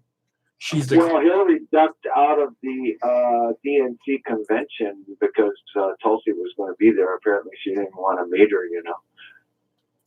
She's such a douche. I mean, this is, and I'm glad to hear it. Nobody wants her around. We've tired of her. She needs to go the fuck away. We were tired of her in the 80s, in the 90s. Enough already. Go the fuck away. In the 80s, but I caught up on Mena, Arkansas, and all the bullshit, piles of dead bodies and all the bullshit, Pure evil. Yeah, pure evil. She's a sociopath for sure. And Tulsi's the opposite of a sociopath. I think she's really understated as a person. She's way deeper than lets on. I've seen her husband, Tulsi's husband. Yeah. And the guy's really mellow. He's like this really mellow hippie type guy. Yeah. And she's like this really strong woman. So they got one of those reverse relationships. He calms her down, but her husband seems like the kind of guy you want to hang out with, just a really mellow cat, Have a fat burn. Say what? Have a fat burn with them. Yeah, definitely. She's definitely inhaled. And you know why? Because it's the smartest alternative choice. There isn't anything safer. Right. Yeah. Except for all those millions of people that've been killed by marijuana over the years. Yeah. Evil. Yeah. But you'll notice that most of the freaks in life don't smoke marijuana. You know. Well, they don't like to sleep. But yeah, you're in Seattle. I'm in Southern California, and it's dark out. And I don't know what's going to happen with Tulsi, but I'll definitely, I think Trump's going to win. But you remember when Nader? Well, you go ahead. Remember when Nader was the third party candidate, and you had people begging him on their knees to not run and not divide the Democratic Party, but he ran anyways. That was, I don't know, maybe 15 years ago or so. But, sometimes when it gets so sick that every 4 years, the new clown comes in, you just got to vote your conscience. So I'm just going to vote her. I think she's the real deal. And, Trump will win anyways, but I'll throw my vote away just to be a good citizen, Well, all I'm saying is that, for the last 5 days, every hour on the mainstream media news, we've got to hear the words, Hillary Clinton is the queen of warmongers and the rot that is the personification of the personification of rot that is destroying the Democratic Party, which is something that no one would ever say. And all these people are like, oh, I don't know about Hillary. I don't know about the Democrats. And the thing is all the Democrats keep saying she's not a real Democrat. All the rest of them say, all of them on stage, she's not one of us, So fuck. And that's why she's so appealing, because she's not one of you fucking professional douchebags. Yeah. You know the backstory on why she quit the Democratic National Committee, right? Yeah. Yeah. Well, that took some balls just to walk out on all those Debbie Wasserman Schultz and all the bullshit. Now, whether or not well, at that time, Debbie Wasserman Schultz was stepping down, and they wanted Tulsi Gabbard to take over. They wanted her to take over the Democratic Party, to be the chair of the Democratic Party, and she said no. And then they wound up with Donna Brazile, right? Right? Yeah. Yeah. Because she's a fucking established elitist who, is going to who's a gatekeeper and going to keep going to keep Hillary in the inner circle so that they can fucking cheat Bernie Sanders out of the election. And it's not that they cheated Bernie Sanders out of an election. It's that they cheated all of us out of the election. That's why they're fucking evil, because they don't care about us. We're the ones who are supposed to matter, not the fucking politicians. And the reason they did it was because it was Hillary's turn. Fuck that bullshit. Yeah, well, Bernie was the one that sold out. He could have really walked out with all the people, and he could have beat Hillary, and it would have been Bernie against Trump. But he didn't do it. He didn't have enough balls, All he had to do, because he signed an agreement, to let him run as a Democrat. He signed an agreement that said that he would support the nominee. But when the DNC cheated him out of a fair and a fair election, then they fucking voided the contract, and he could have gone. And Jill Stein offered to step aside and make him the nominee of the Green Party, so he could have been on ballots in all 50 states and actually fucking. American female vice president. He wasn't. I don't know. I don't want to say he wasn't what he portrayed himself to be, but it seems like to me, he's just another one of these status quo gatekeepers. Yeah, he's just another gatekeeper. He's a Zionist. He talks a mean game about Palestine, but he won't do shit about it. Exactly. He's the controlled opposition. Right. Yeah. And then you don't hear anybody talking about voting machines. It's like the whole voting machine scam that was proven many times over, but especially in 2016.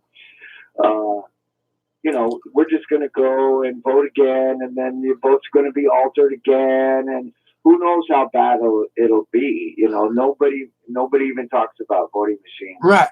Well, Tulsi Gabbard, that's another thing about Tulsi Gabbard. She introduced a bill that was supposed to require there to be a paper, like a receipt after you voted, so you could see that it got all your votes right. And then you could, you know, you had proof that of who you voted for and all this stuff. And the Democrats refused to bring that to the floor of the House for a vote. And then the case went to court. What was that case over? It was a case. I think that was the voting. I forget which court case it was, but the outcome of the court case was that the Democratic National Committee has no obligation to serve the people. That was the outcome of the court case. Just like the fucking police. Right. Yeah, right, true. Yeah. So we're beyond 1984, my friend. It's we're through the looking glass, bro. Yeah, it's pretty strange, and I'm looking at oceans of stupid people that just. I almost have no empathy for them. I don't want to talk to them. I don't want to argue with them. I don't want to try to convince them of anything. You know, once they put up a fight, you know, the vaccines are good for you, and we have to obey the laws. And you know, once they start doing that shit, it's like, okay, well, I think I'll try to associate with a smarter class of people. You know, because I've been arguing with these people for a decade now. You know.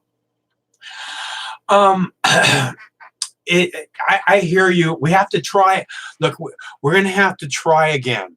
We have to not give up, and we have to try again, and we have to do our best not to label other people. You know, I mean, it's okay to label the politicians because, you know, they're like I said, the status quo gatekeepers. They're the ones that are keeping us from the future that we deserve. Okay. But the other people, it's better not to put them into some kind of a box or whatever, you know, like they're one of those, because the problem is we have to all come together in order to get that better future that we deserve, because just us on our own, our little group isn't going to be able to make that happen. Well, you're right. I know you're right in my heart, and I know you're right in my mind, and it's very logical and stuff, but I'm kind of a brutal person, and,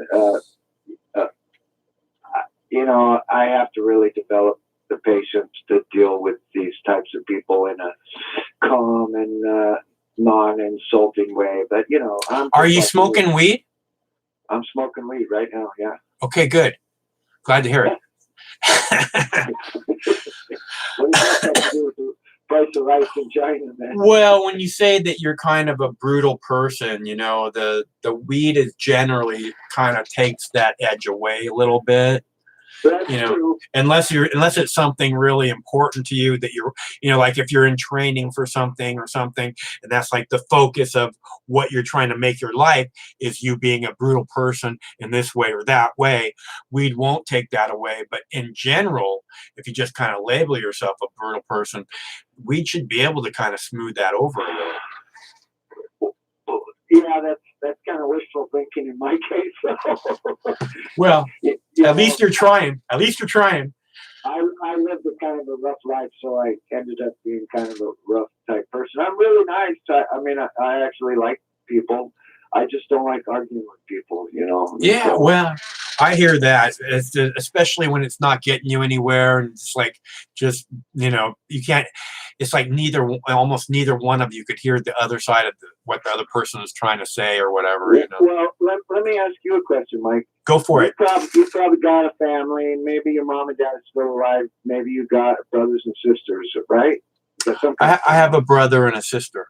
Now, do you talk to them about any of the issues that you're concerned with, like, you know, trying to turn the world around? 911 was an inside job.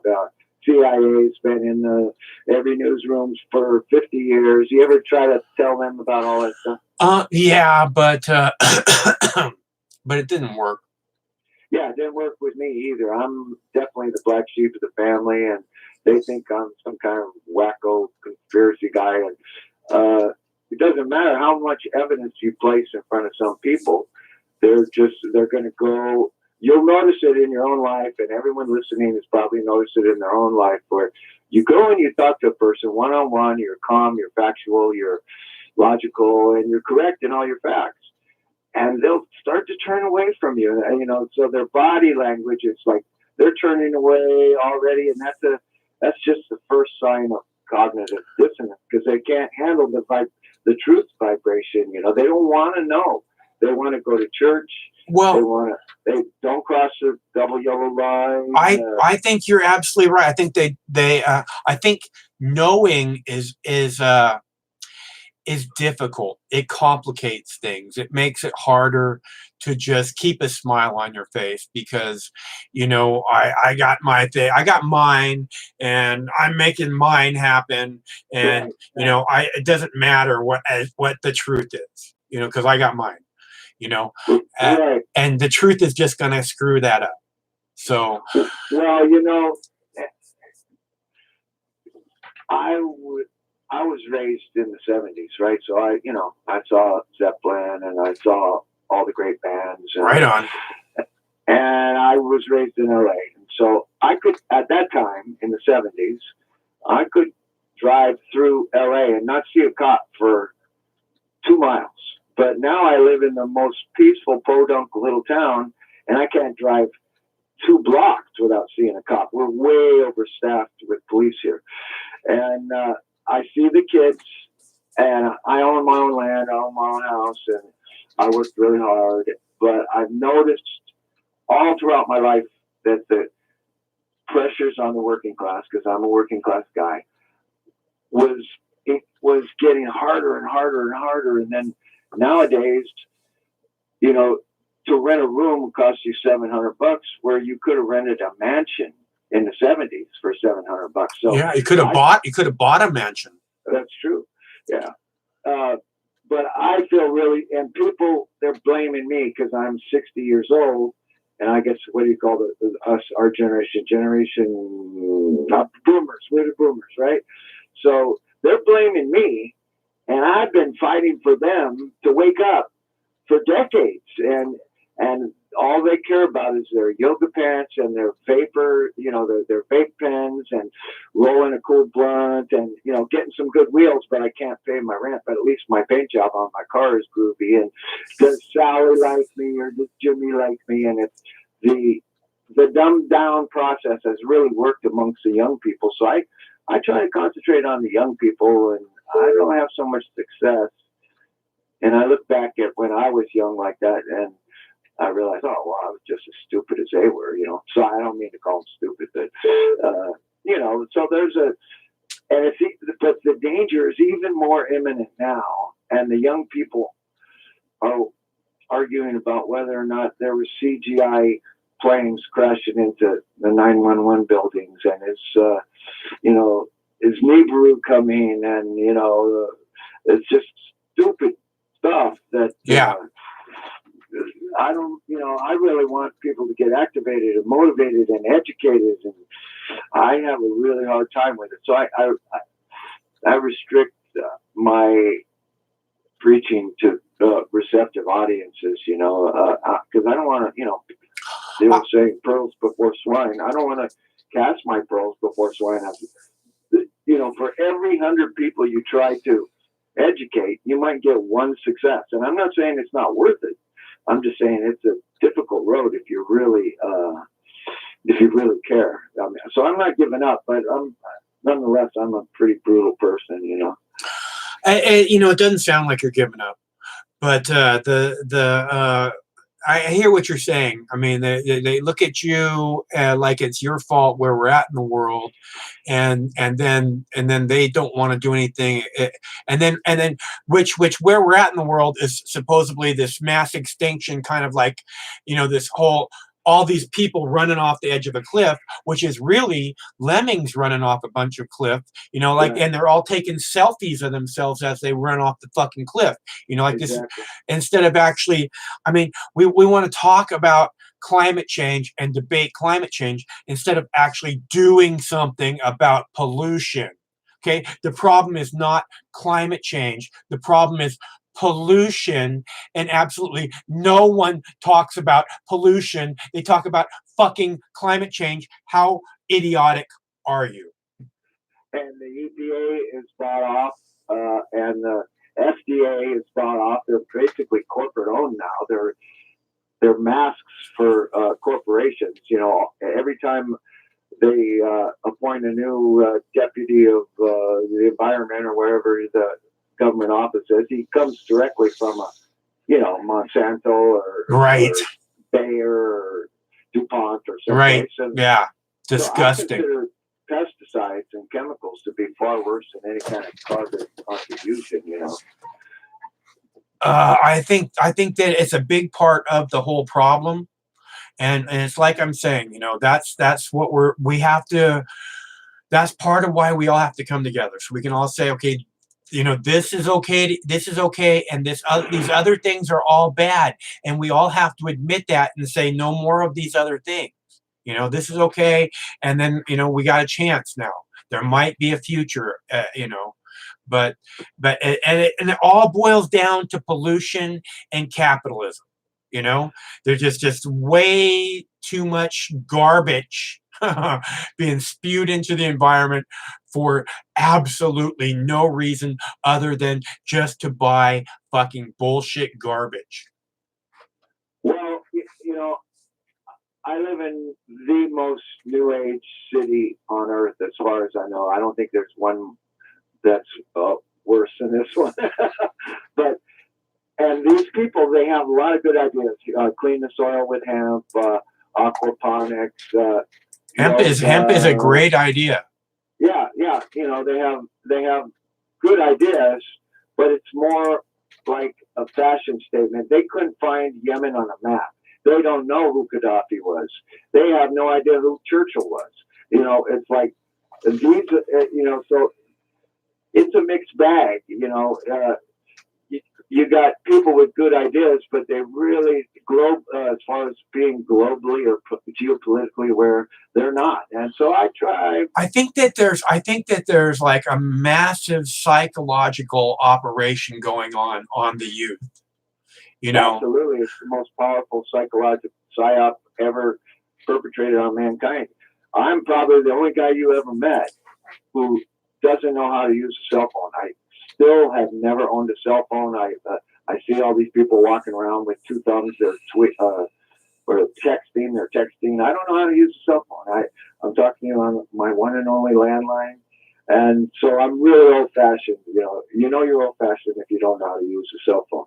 But the modern youth, they're more concerned with popularity and fashion. Well, okay, but I mean, you have to understand, okay, if there's this constant, thing that's going on that's saying there is no future, you know, global whatever is gonna fucking kill us all, right? Mass extinction, there's no future, right? And this is just bombarding you in the kind of like, because I think that the teens probably hear that way more than we do, right? We listen to different things than they listen to, and like I said, I believe this is a psychological operation that's being focused on them. And if there's, I mean, like for me, I remember the duck and cover stuff, right? When there's like, oh, there's only 30 minutes, you know, and Russia could vaporize us all, right? Do you remember that stuff? Yeah, I don't actually remember doing it, but I was alive when other people were doing it. I remember it being on TV, being it part of the, you know, the programming. And what I'm saying is, with all the shooting drills and all this kind of shit, you know what I'm saying? That in school they all have to take shooting drills now.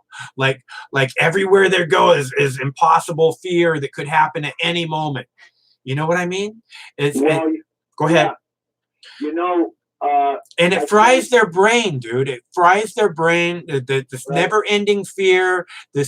And basically all they're trying to do is kind of switch off that for a second and just relax for a minute, not to think about there is no future. There is no future. There is no future. It's public gaslighting. They're gaslighting the public and they're confusing them, and it's a divide and conquer strategy. Whereas I've only seen you speak twice now, but I can tell you're really trying to be an inclusive person. You're trying to include everybody from all walks of life, and you know, that's the antidote to fear porn and gaslighting and psychological operations. To say, hey, I don't care if you're gay, you know, come and join the human race. I don't care if you're a pig farmer, come and be with us. You know, I don't care if you voted for Trump. We can do better. It's okay. Yeah. Well, I voted for Trump because I didn't want Hillary. So hey, it's turd sandwich or giant douche, man. That's what the choices always are. Okay, and so it's understandable why you voted for a giant douche. Nobody wants a fucking turd sandwich. At least he's entertaining. You know, he's not boring like Hillary, you know. Oh, man, you know what I can't stand about Hillary? Is at the end of every sentence, she fucking cackles like, I fucking could not put up with that shit for 4 years every single day, man. Yeah. Just imagine what the world would be like if she was the president. Jesus Christ. You know, they said the same thing about Al Gore during the whole 9/11 thing, you know, and I just couldn't figure that out because Al Gore seemed like a much better choice. In fact, Al Gore, as far as I know, won the election. So. Yeah, I agree. I listened to the whole Supreme Court case. I listened to the lawyers argue, and if I was a judge on the Supreme Court, I would have voted in Al Gore's favor. They had the superior argument by far. Yeah, I can't believe, you know, that was an inside job, dude.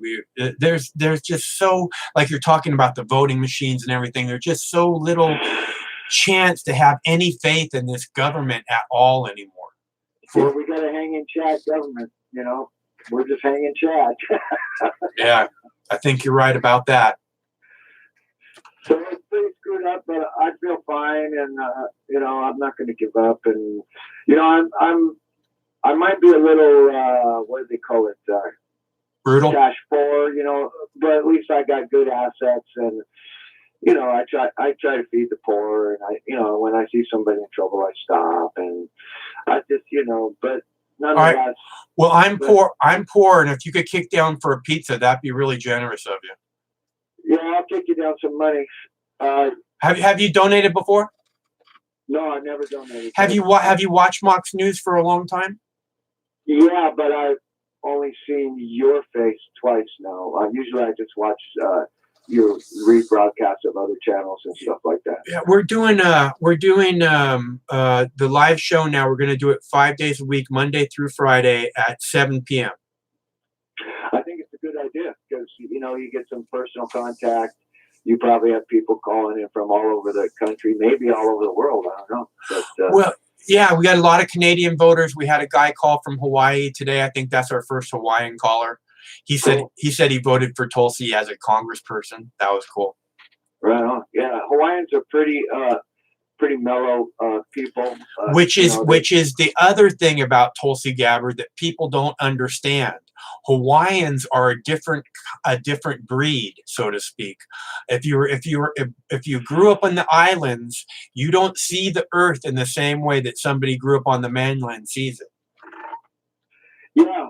And, you know, they're pretty much the last tribe of native, we'll call them natives, who were conquered by imperialism, you know. So, you know, it was only, 70 years ago, I think, that they were made a state. What was it, about 1950, Hawaii was made a state. Yeah. Yeah, I think 1949, I think. But yeah, that's... So You're right, and they probably were the last Aboriginal people, or well, I don't know. I think there's still some Aboriginals that are being conquered, but in the United States, yeah, you're probably right about that. You Although, know, Abby Martin put out a really good mini doc. It's about 25, 30 minutes long, and it was about all of the colonies external to the United States during the rise of Manifest Destiny and the capturing of the West. And at one time, there were more citizens outside of the United States than there were inside the United States, if you include like Guam and the Philippines and Hawaii and all of the islands and all of the colonies and Puerto Rico and all. I mean, way more than I can name, but I found that to be a pretty astounding fact.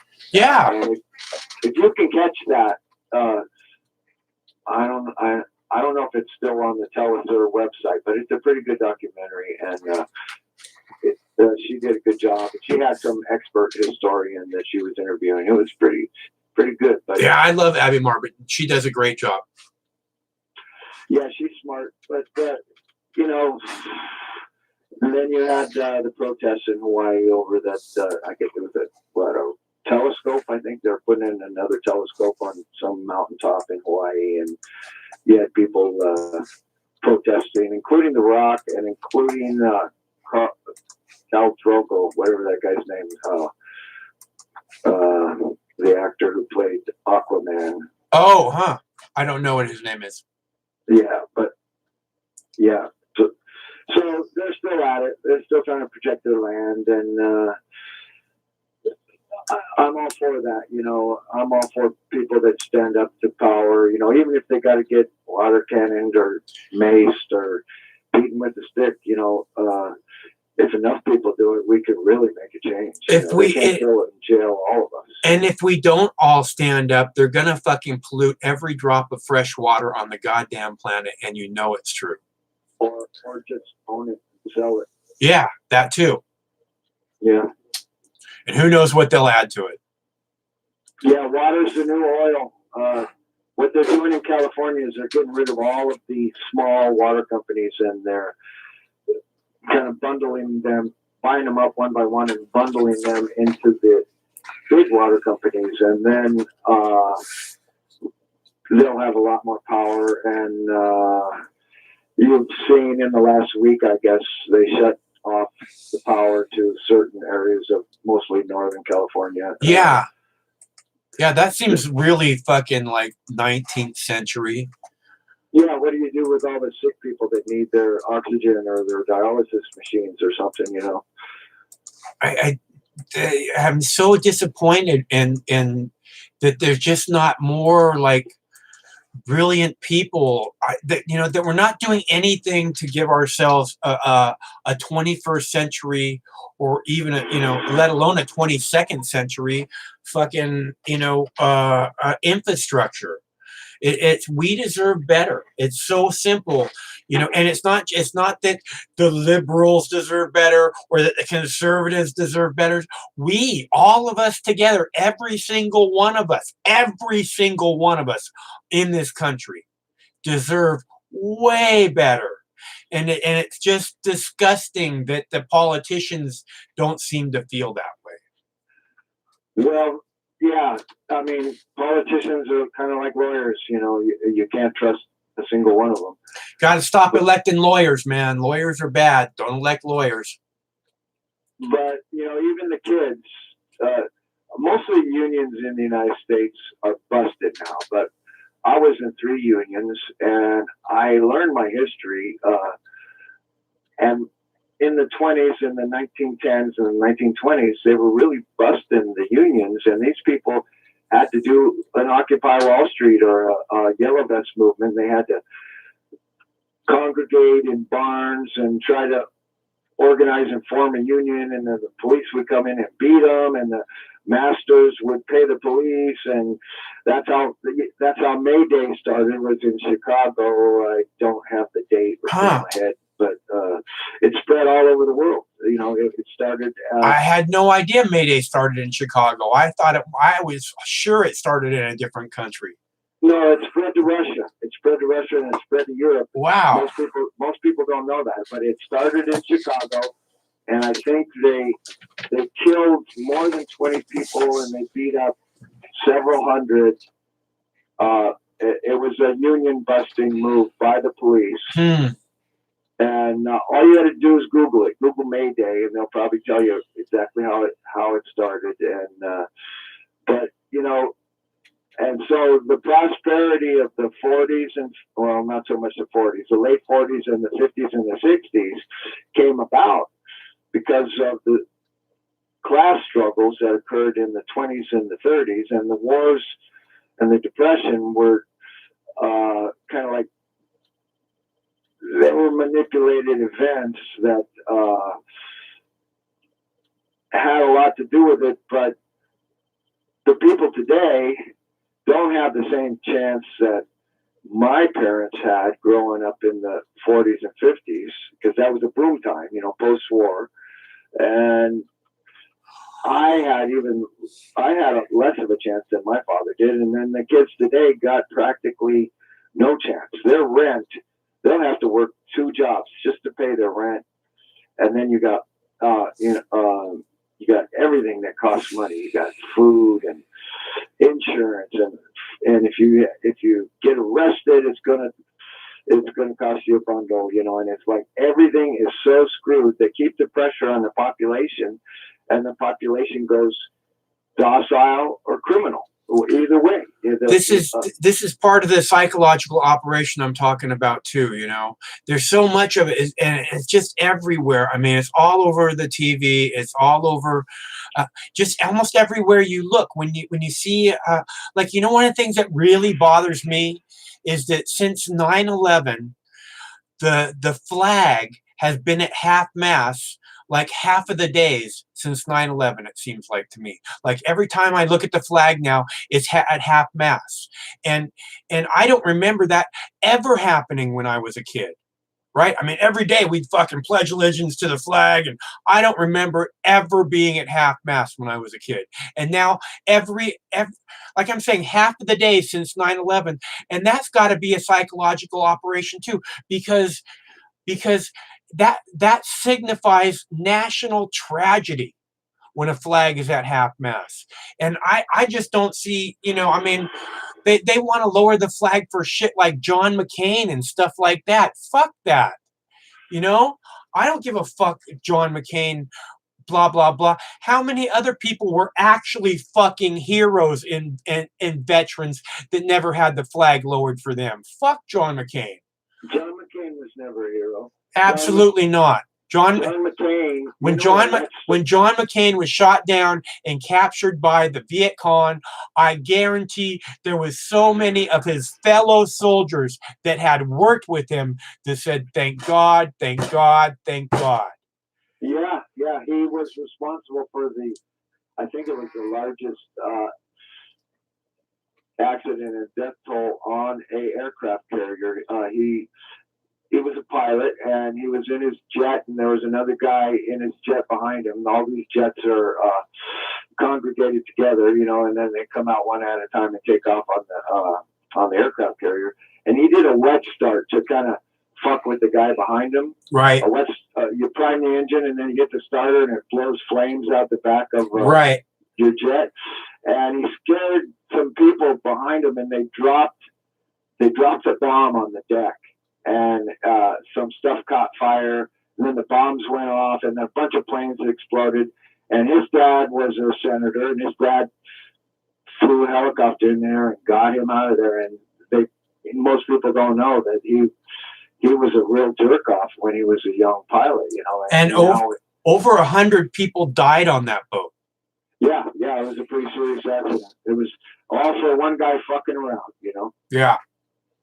Yeah, and he fucking wrecked, like, not counting the planes on that boat, he fucking crashed, like, I think six fucking jets. No shit, I never heard that. He had 6 jets that he was piloting? Yeah. Whoa. Whoa, I never heard that. So he was like the like the last in his class at fucking Annapolis, or was it West Point? Yeah. So I don't know how these people get, and Wilco is saying fucking Elijah Cummings. Is that why the flag is at half mast now, for fucking Elijah Cummings? Give me a fucking break. I posted a video of Elijah Cummings like 2 months ago saying, we all know cannabis is a gateway drug. Fuck you. You're a gatekeeper. Status quo, never change anything. Never help black people one day in my fucking life. Gonna keep things just exactly the way they are. A gateway drug. Suck a bag of dicks in hell, fucking Elijah Cummings. Yeah, yeah. Well, he's just a sellout to the whole black, his black constituency. I guess there was a big scandal. I don't have the exact figure, maybe $6 million, $6 billion. I really don't know, but they kind of buried that, and then he died. Did you hear about that scandal? The $6 billion? Yeah, big money scandal that he was involved in. Huh? No, I didn't. Yeah, you can look it up. I don't have it in front of me, and yes. I didn't memorize it, but I know it's true. It was about 2 months ago. Yeah. These people are all just crooked. They're just in it for themselves. There's nobody looking out for us. They're supposed to be representing us. I don't see a damn person up there that represents me for 1 second of 1 minute of 1 day in their entire fucking career. We're a banana republic, my friend. We're just, it's like putting lipstick on a pig. We look a little better than, El Salvador, but and we got our politicians, or maybe they're a little bit more well versed in lies and deception and rhetoric, but we're a banana republic, and the kids, I can't blame the kids. They want to go play music and live in a commune and smoke dope and get laid. Hey, well, shit, I was doing the same thing when I was their age, but we're in serious times. So I really love the young people, but I wish they could learn a little history, and I wish they could understand how much we need them to really learn the history and realize how serious it is, because it's very, very serious. I think it was Jefferson or John Adams that said something about our children waking up on the land that we fought to secure. I can't remember the quote, but it's true. Right now, you got generations of people that want to be comfortable. They want to be accepted by their peer group, and as long as they're okay, then all the brown people and the yellow people dying all over the world, and so what? I'll just go to the doctor and he'll give me a prescription to calm my nerves. It's 1984. It's so here I am, here you are. We're trying to do some good things as best we know how, and so I commend you, Mike. Your call-in show really gives a personal touch to the things you believe in. Right on. Well, I'm just trying to do the right thing by everybody, and what I keep seeing with the call-in show is it's way different the way people communicate from, as in the chat rooms, or in the chat, in the comment sections of the videos. In the comment sections of the videos, people just seem to argue. But when we do this, we actually communicate, and we actually seem to. I think that we're talking about all kinds of things that matter. It might not be important or it might not be vital, but it matters, and we're trying to get to a better place and figure out how we can move us all there together. And I think there probably isn't a more important discussion to be had. So no, there isn't.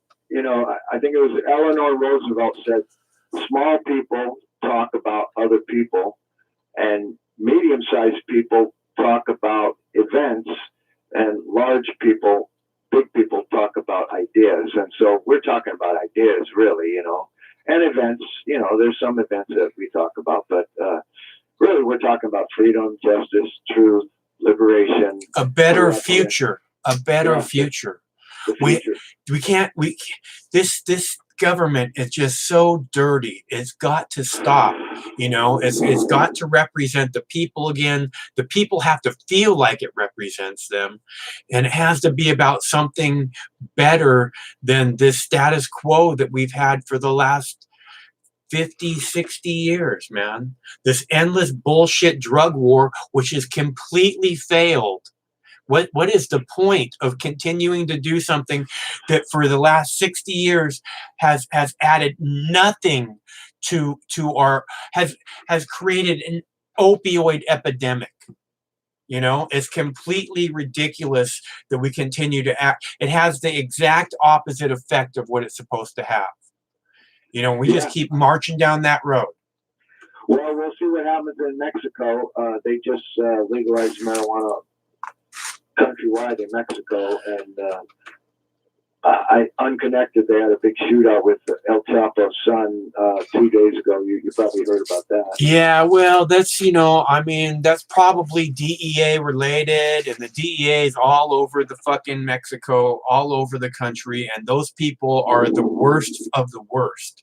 They make bad things happen. Yeah, the DEA you're talking about, right? Yeah. Yeah, there was a guy, Michael Rupert. You know who he is? Yeah, right? sure. He Yeah, was. He was an LA cop, and They tried to recruit him. The CIA tried to recruit him, and he saw a lot of CIA drug involvement, and he had people coming after him with guns at that time. That was in the 70s, and so rest in peace, Michael Rupert. He was a good guy, but he, you know what happened to him. Yeah.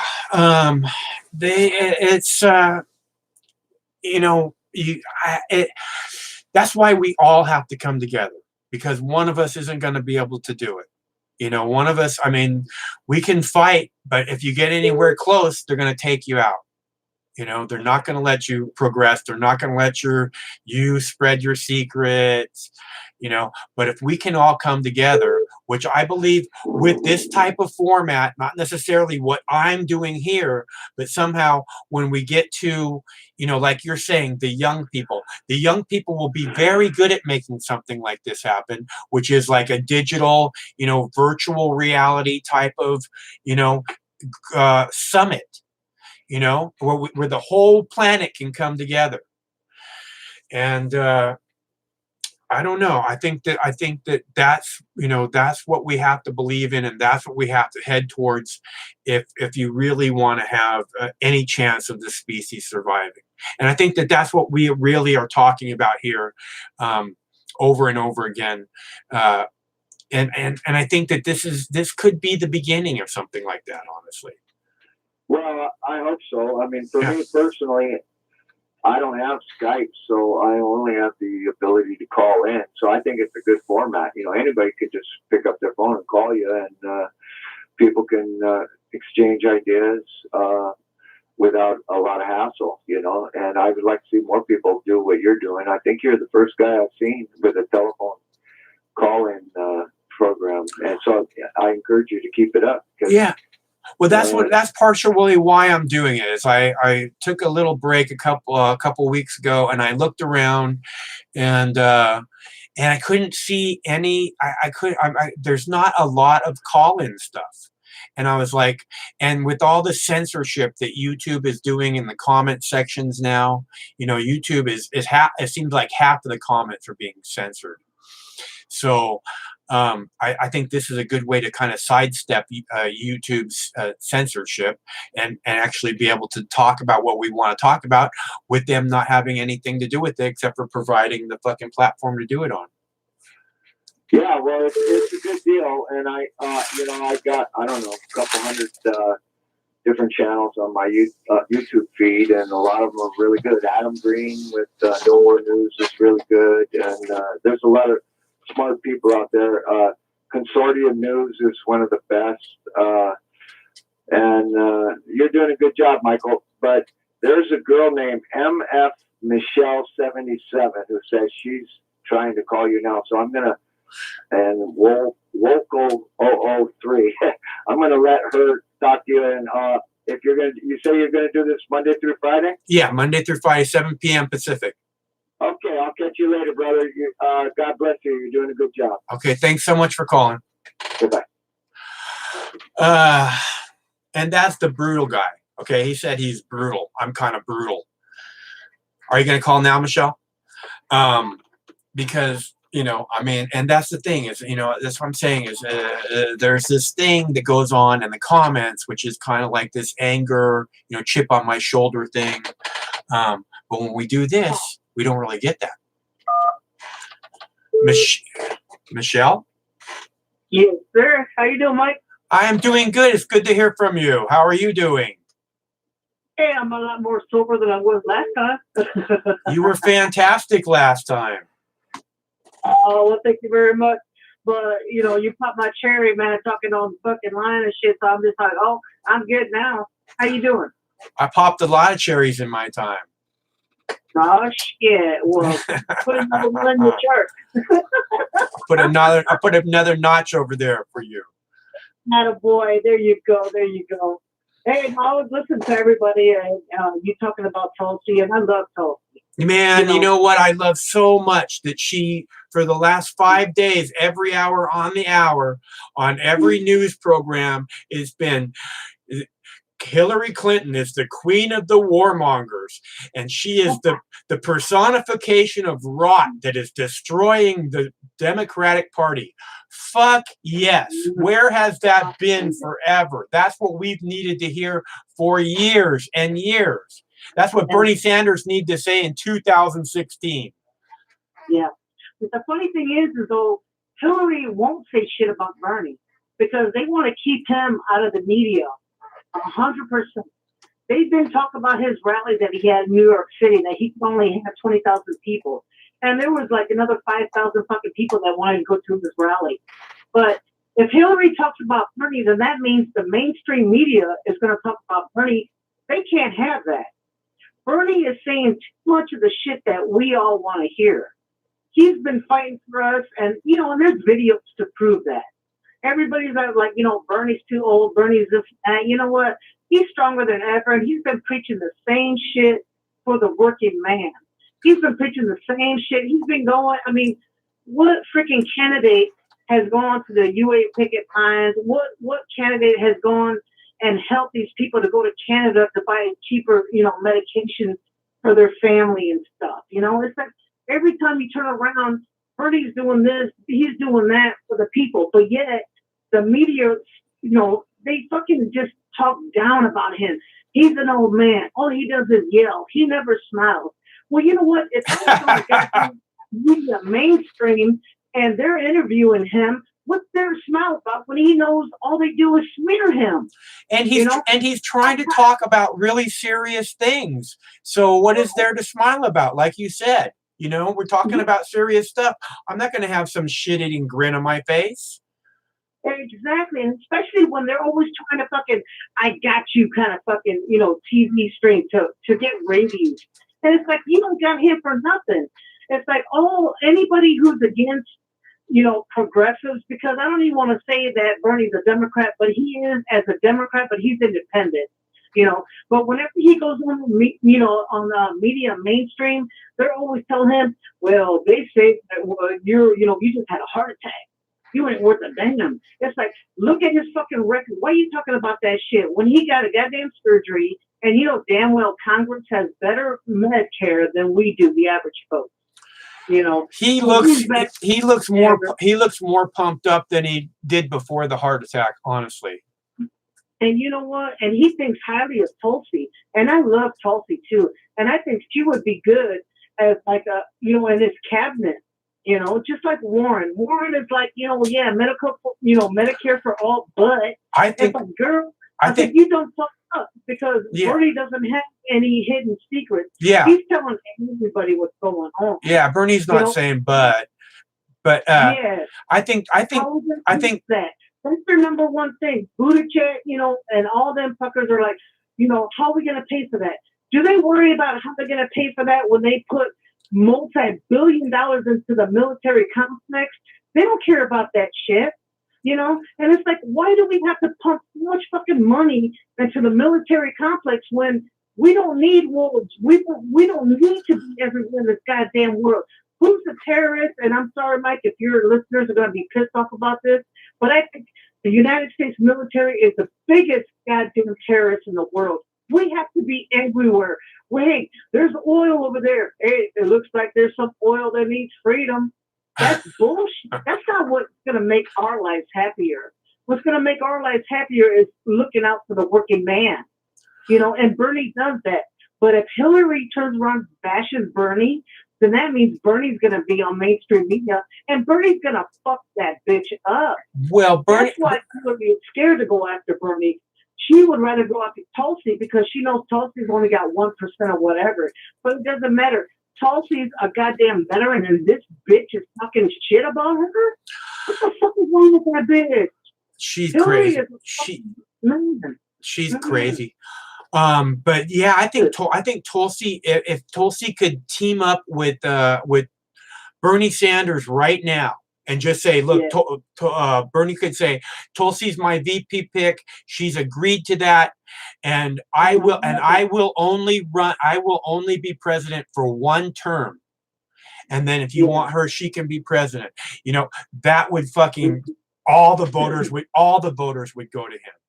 You know, and you know what? I would love that shit because Tulsi, when she talks, you know, whatever Hillary is saying to her, when Tucker Carlson had her, you know, on the fucking, you know, his show on Fox, yeah, he was trying to fucking cut her off, and she was just like, no, buddy, you're fucking not even listening to me. She was shutting him down, man. He was like embarrassed because she was shutting him down. It's like, you know, you're putting words in my mouth. Tulsi's something fucking fear. That's why. You know I mean? That's why. This is part of the thing. Is like right every day for the last 5 days, every hour on the hour, we get to hear this. You know, Queen of the warmongers, right? Hillary is, and they're talking about Tulsi, right? But they haven't once had Tulsi on. I mean, Tucker had her on, but that's it. And why doesn't CNN bring her on? Why doesn't MSNBC bring her on? Because they know that she's not going to toe the fucking line, and she's going to state what needs to be said instead of what they want her to say. And if they don't, you know, if they're saying, oh, well, we can't pull our troops out of Syria or whatever, and she's not agreeing with them, then she's going to make them look like a bunch of warmongers too. Because she's not following the line. But being that Tulsi has like a 1%, you know, supposedly what they say, right, is that Tulsi only has 1% of the vote, which is not true. Hillary is scared to go after Bernie. She don't talk about fucking Bernie because Bernie's got the masses, and that's what I say. If you get Bernie in there, you look at his history. You look at all the shit that he has fought for. He's never fucking deterred. You know, he's been against all the fucking wars. He was against the fucking Iraq war when everybody else voted for it. Yeah. It's like he's the guy, but yet the mainstream media don't want to hear about Bernie. That's why. And I'm telling you, Hillary's being strategic about this. And she's looking like she's all badass. Let me go after Tulsi because Tulsi only has a 1% following. Bitch, go after Bernie and see what happens. She ain't going to do that, though. Because then that gives Bernie in the limelight, and Bernie will fucking destroy Hillary. That's why when everybody's saying about, well, you know, Tulsi's the only one or whatever, Tulsi is great, and I love her, and I do love her because she's a veteran. She's been over there. She's been in war. She's been in battle. She knows what he's going for. She volunteered to go over there. Yeah. Yeah. Bullshit fucking wars, and she knows that, and Bernie knows that. Yeah. But Hillary, as usual, is a fucking cop-out. She'll go after, you know, I smell blood in the water. It's like shooting fish in a fucking barrel when she goes after Tulsi. Now, say something about Bernie and see what happens. She won't do that because if she says something about Bernie, the media is going to pick up on that, and that's the last thing that they want. Corporate media does not want to talk about Bernie. They don't want to say about his over 20,000 plus at the rally in New York because AOC endorsed him. And it's like all these people are like against him because they know he's going to be the one to fucking break up this fucking establishment. Whether he's a Democrat or not, the Democrats that they have there now, they're all against us. They're all fucking sellouts. Every fucking one of them. They're going to do whatever the fucking bank people enforces them to say, hey, we'll give you this money, you know, like Biden. Look at him. He's already fucking losing out of money. He's going broke. And why? Well, because the fucking rich people can only donate once because they go at the limit. They go at that max. They pay them $2,700 and that's all they can do. Yeah. How many rich people you got there? Compared 1% to us, the 99%, we keep giving Bernie $27. We can keep on going, man. Yeah, that's true, huh? You know what I'm saying? Yeah. And that's why Hillary doesn't go after Bernie, because she knows that once the people actually see what Bernie's about, the DMC is going to be all like, what the fuck did we do? What the hell are you doing, Hillary? Don't fucking bring up Bernie, because he's going to fuck you up. And that's why she goes after Tulsi. And that's why she's going to go after Warren. Well, I hope Because she keeps going after Tulsi, though. It's been good for Tulsi. I just so love hearing that in the news too. Like, you know, Hillary's the queen of the warmongers. That's just such a beautiful thing. Oh, it just fills my fucking soul, man. Hearing those words, you know. Yeah. Love it. I love it that you brought that up. And you know what? The icing on the cake was when Trump said, I don't know Tulsi, but I know she's not Russian. I was just like, what the fuck? If I ever agreed with Trump, that was it right there. Funny. That was fucking awesome. That was fucking beautiful. You know? This is why I hope she keeps going. I mean, if Hillary just keeps talking about Tulsi's gonna be president. Oh, shit. Oh, hell yeah. I mean, you think that if Bernie can fucking, you know, let that shit keep going on and on and on, Tulsi's gonna be her VP, man. I think sweet as fuck. Because they're both going after the same thing. Yeah, I think they see a lot of things eye to eye. I think that could be a pretty good fucking, you know, match. And that's why I'm like, you know what? Thank you, Hillary, because you're a dumb motherfucker, man. She is a dumb motherfucker. Keep bringing up Tulsi, because no one heard about Tulsi. I think she's gone crazy. I don't think she's dumb. I think she's gone crazy. She's gone bonkers. Oh, yeah. So see her fucking in 2016, she was dumb fucking crazy. Yeah. And that's another thing I'm gonna tell you about Mike, is that everybody was all like, well, look at Bernie. He had to fucking heal, and he had to fucking go for, you know, he had to endorse Hillary. He was made to do that, man, because it was either Hillary or fucking Trump. Bernie knew Trump was bad news. So what was he to do? You know, he was right. No, I get it. If he went again and did a third party thing and he ran, then everybody would have said it was his fault that Hillary lost the election. But they said that anyways, didn't they? Yes, they did. And so he said, and you know what? And I don't know if you've seen this shit before, but he looked like he was all beat up, like bruised and whatnot, and his family was being fucking threatened. And you know, the Hillary goddamn company is not shy about putting hits on motherfuckers. Yeah. Just like the guy was #1 eyewitness. All of a sudden, he was walking home from Washington, D.C., and he just got murdered out of nowhere. Like, we don't know what happened. Yeah. We all know what can happen. We know the fucking goddamn, you know, Clinton's hit list. You're talking about Seth Rich, right? Yes. Yeah. Yeah. And that's what I'm saying. And that's why Bernie fucking turned around and said, okay, well, if you're all going to fuck me over, DNC, that goddamn what's-her-man, that fucking bitch. And I don't even know why she's still there. How the hell did she get fucking reelected as another congressman after that shit? What do the people in her fucking district just think that kind of fucking evil corruption is okay? Wow. That bitch, I seen her in the Congress, and I was just all like, what the fuck is that bitch still doing there? I know. Like, that unbelievable. And yeah, I was so fucking pissed because Bernie had the numbers to beat Trump. Regardless what anybody says, he would have beat that motherfucker because all Trump was saying was character assassination against Hillary. And why not? Because they're buddies. Trump knew everything about fucking Hillary. Exactly. You know? He knows exactly what kind of slime ball she is. Yes. Because he's exactly the same kind of slime ball. Oh my God, Mike, I fucking lost it. I'm like, why doesn't everybody else see this shit? I could not believe it. And when Bernie endorsed her, he goddamn had a tear in his goddamn eye. Why? Because he got fucked over. Now that he's fucking making all the, having the biggest fucking, attendance for his rallies and shit, he didn't even have to pay anybody like Trump does, mind you. And still, corporate media is just like, why? Because the corporate, the media is owned by billionaires now.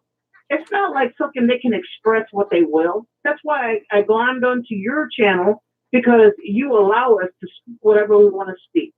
And you know what? The hell with your roommate. When we have these chats, we're talking amongst each other because we know we have, everybody can have their own opinion. Everybody can talk about whatever. But that's what gets us riled up to call in. So I don't. Yeah. No. My roommate, he's changing the whole game. He's a good guy. And he's just trying to help me figure out where to go. It's just part of the discussion. We're having a lot of discussion about what to make happen with this, because it looks like this is a very positive thing to do. And hopefully we're going to take it to a whole new level here real soon. So what, Mike, and I do this because, I'm on chat and I hear all different people's opinions and stuff like that. Yeah. And that's what me to want to call in, because I hear about other people's opinions. Yeah. And I'm just like, you have your opinion, but you know what? I'm tired of fucking texting this shit. So let me call it in. Yeah. Let me call. And the thing I'm all about that. I'm all about people talking, and I don't want to make that happen. It's just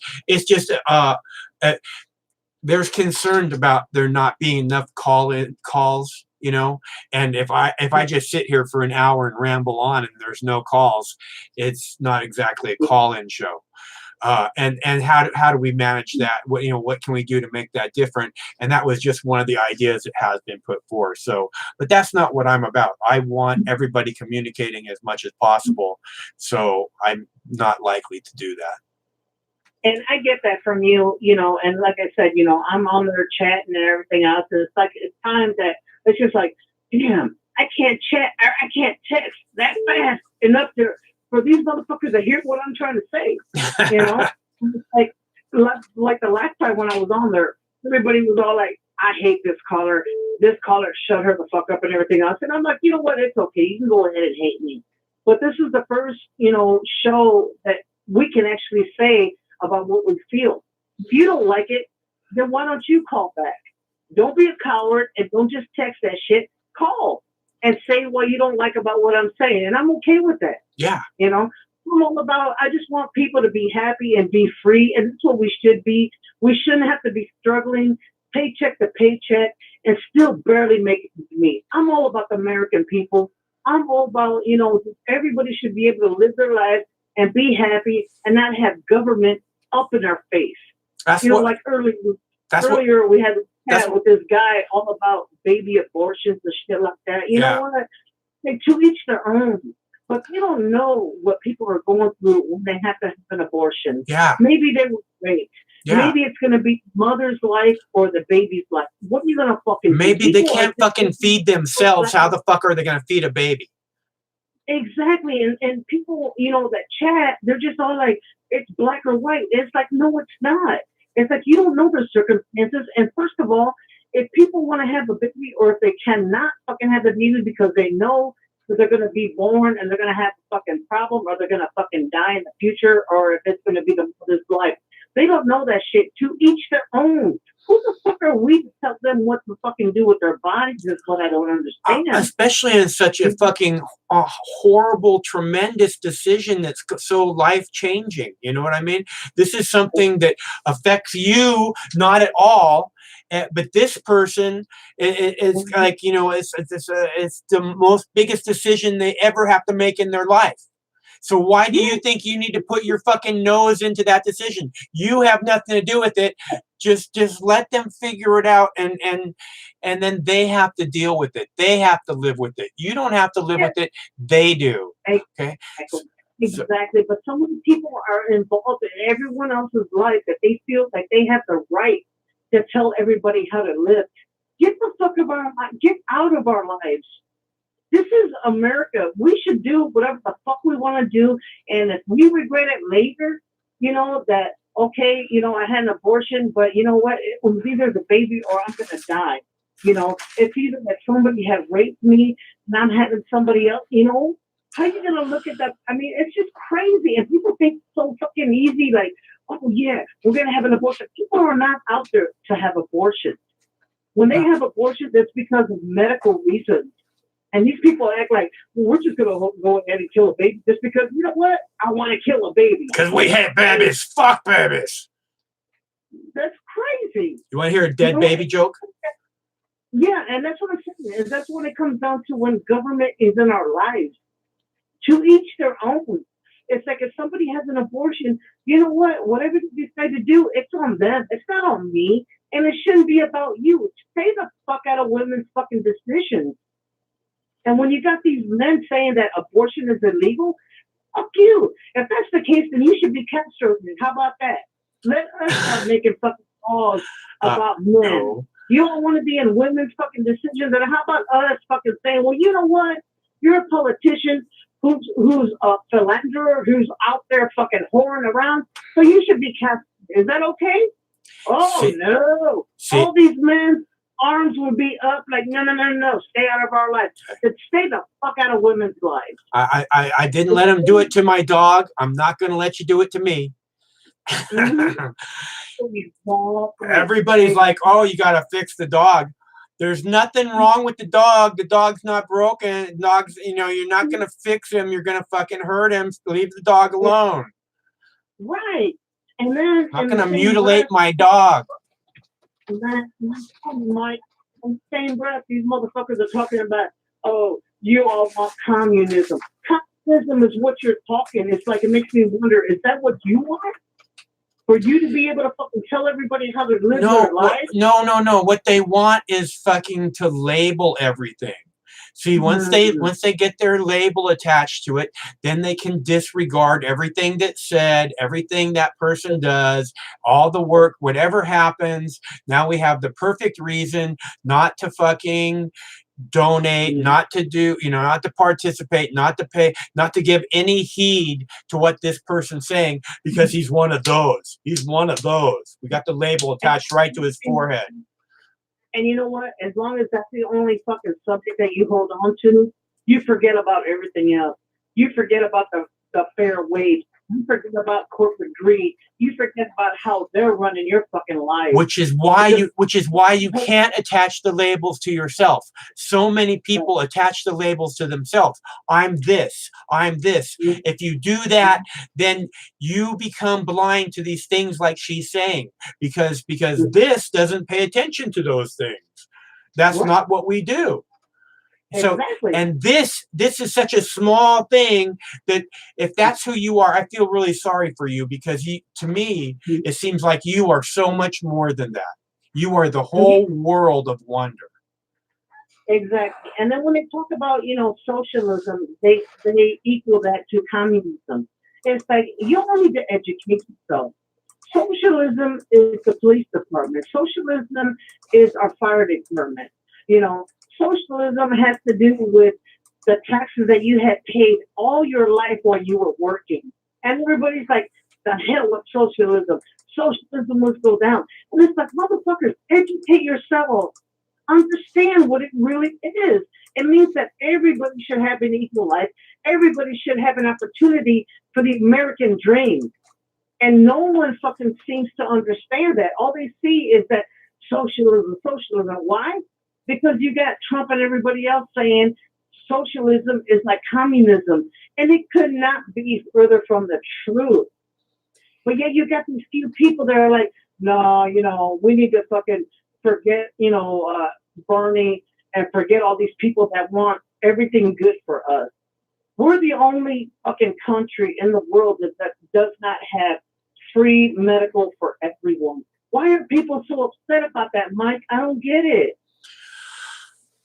Because they've been brainwashed. You know, they think, well, and the thing is like the Canadians, a lot of the Canadians say they're not very happy with their health care. But not being happy with your health care and not having any health care is what the difference is for a lot of people. You know what I mean?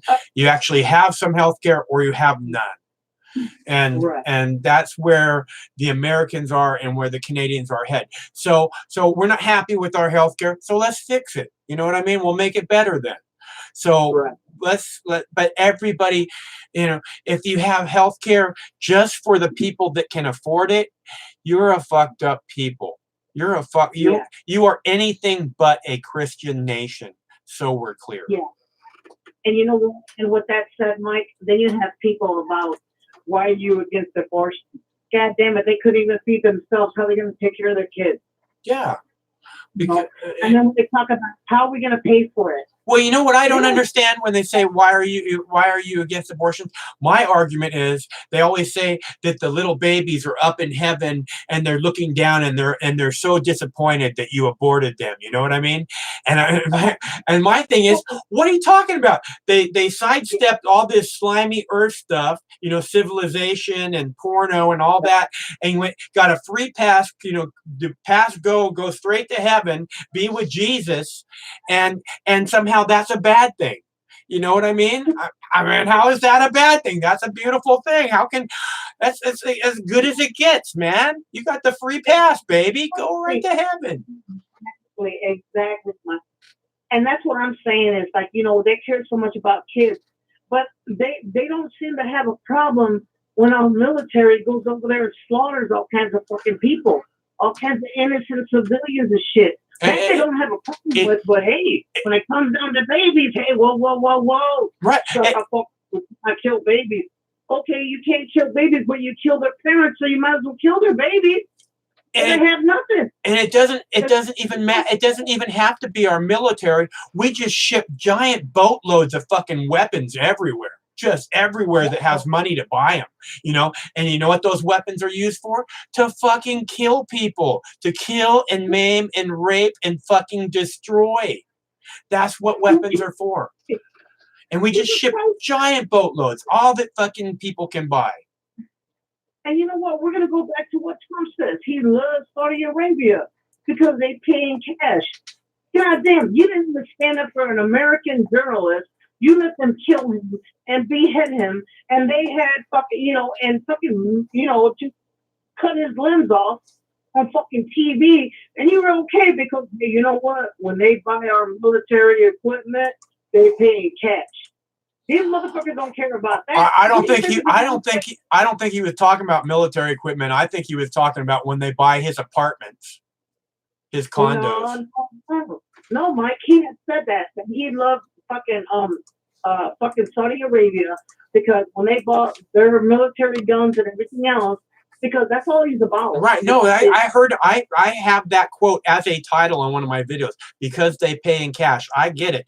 But I think he was talking, I know what really mattered to him is that when they buy from him something that he owns, I think that's what really mattered to him, right? That's what really makes a difference to him. Not that, you know, America he doesn't give a fuck about America, dude.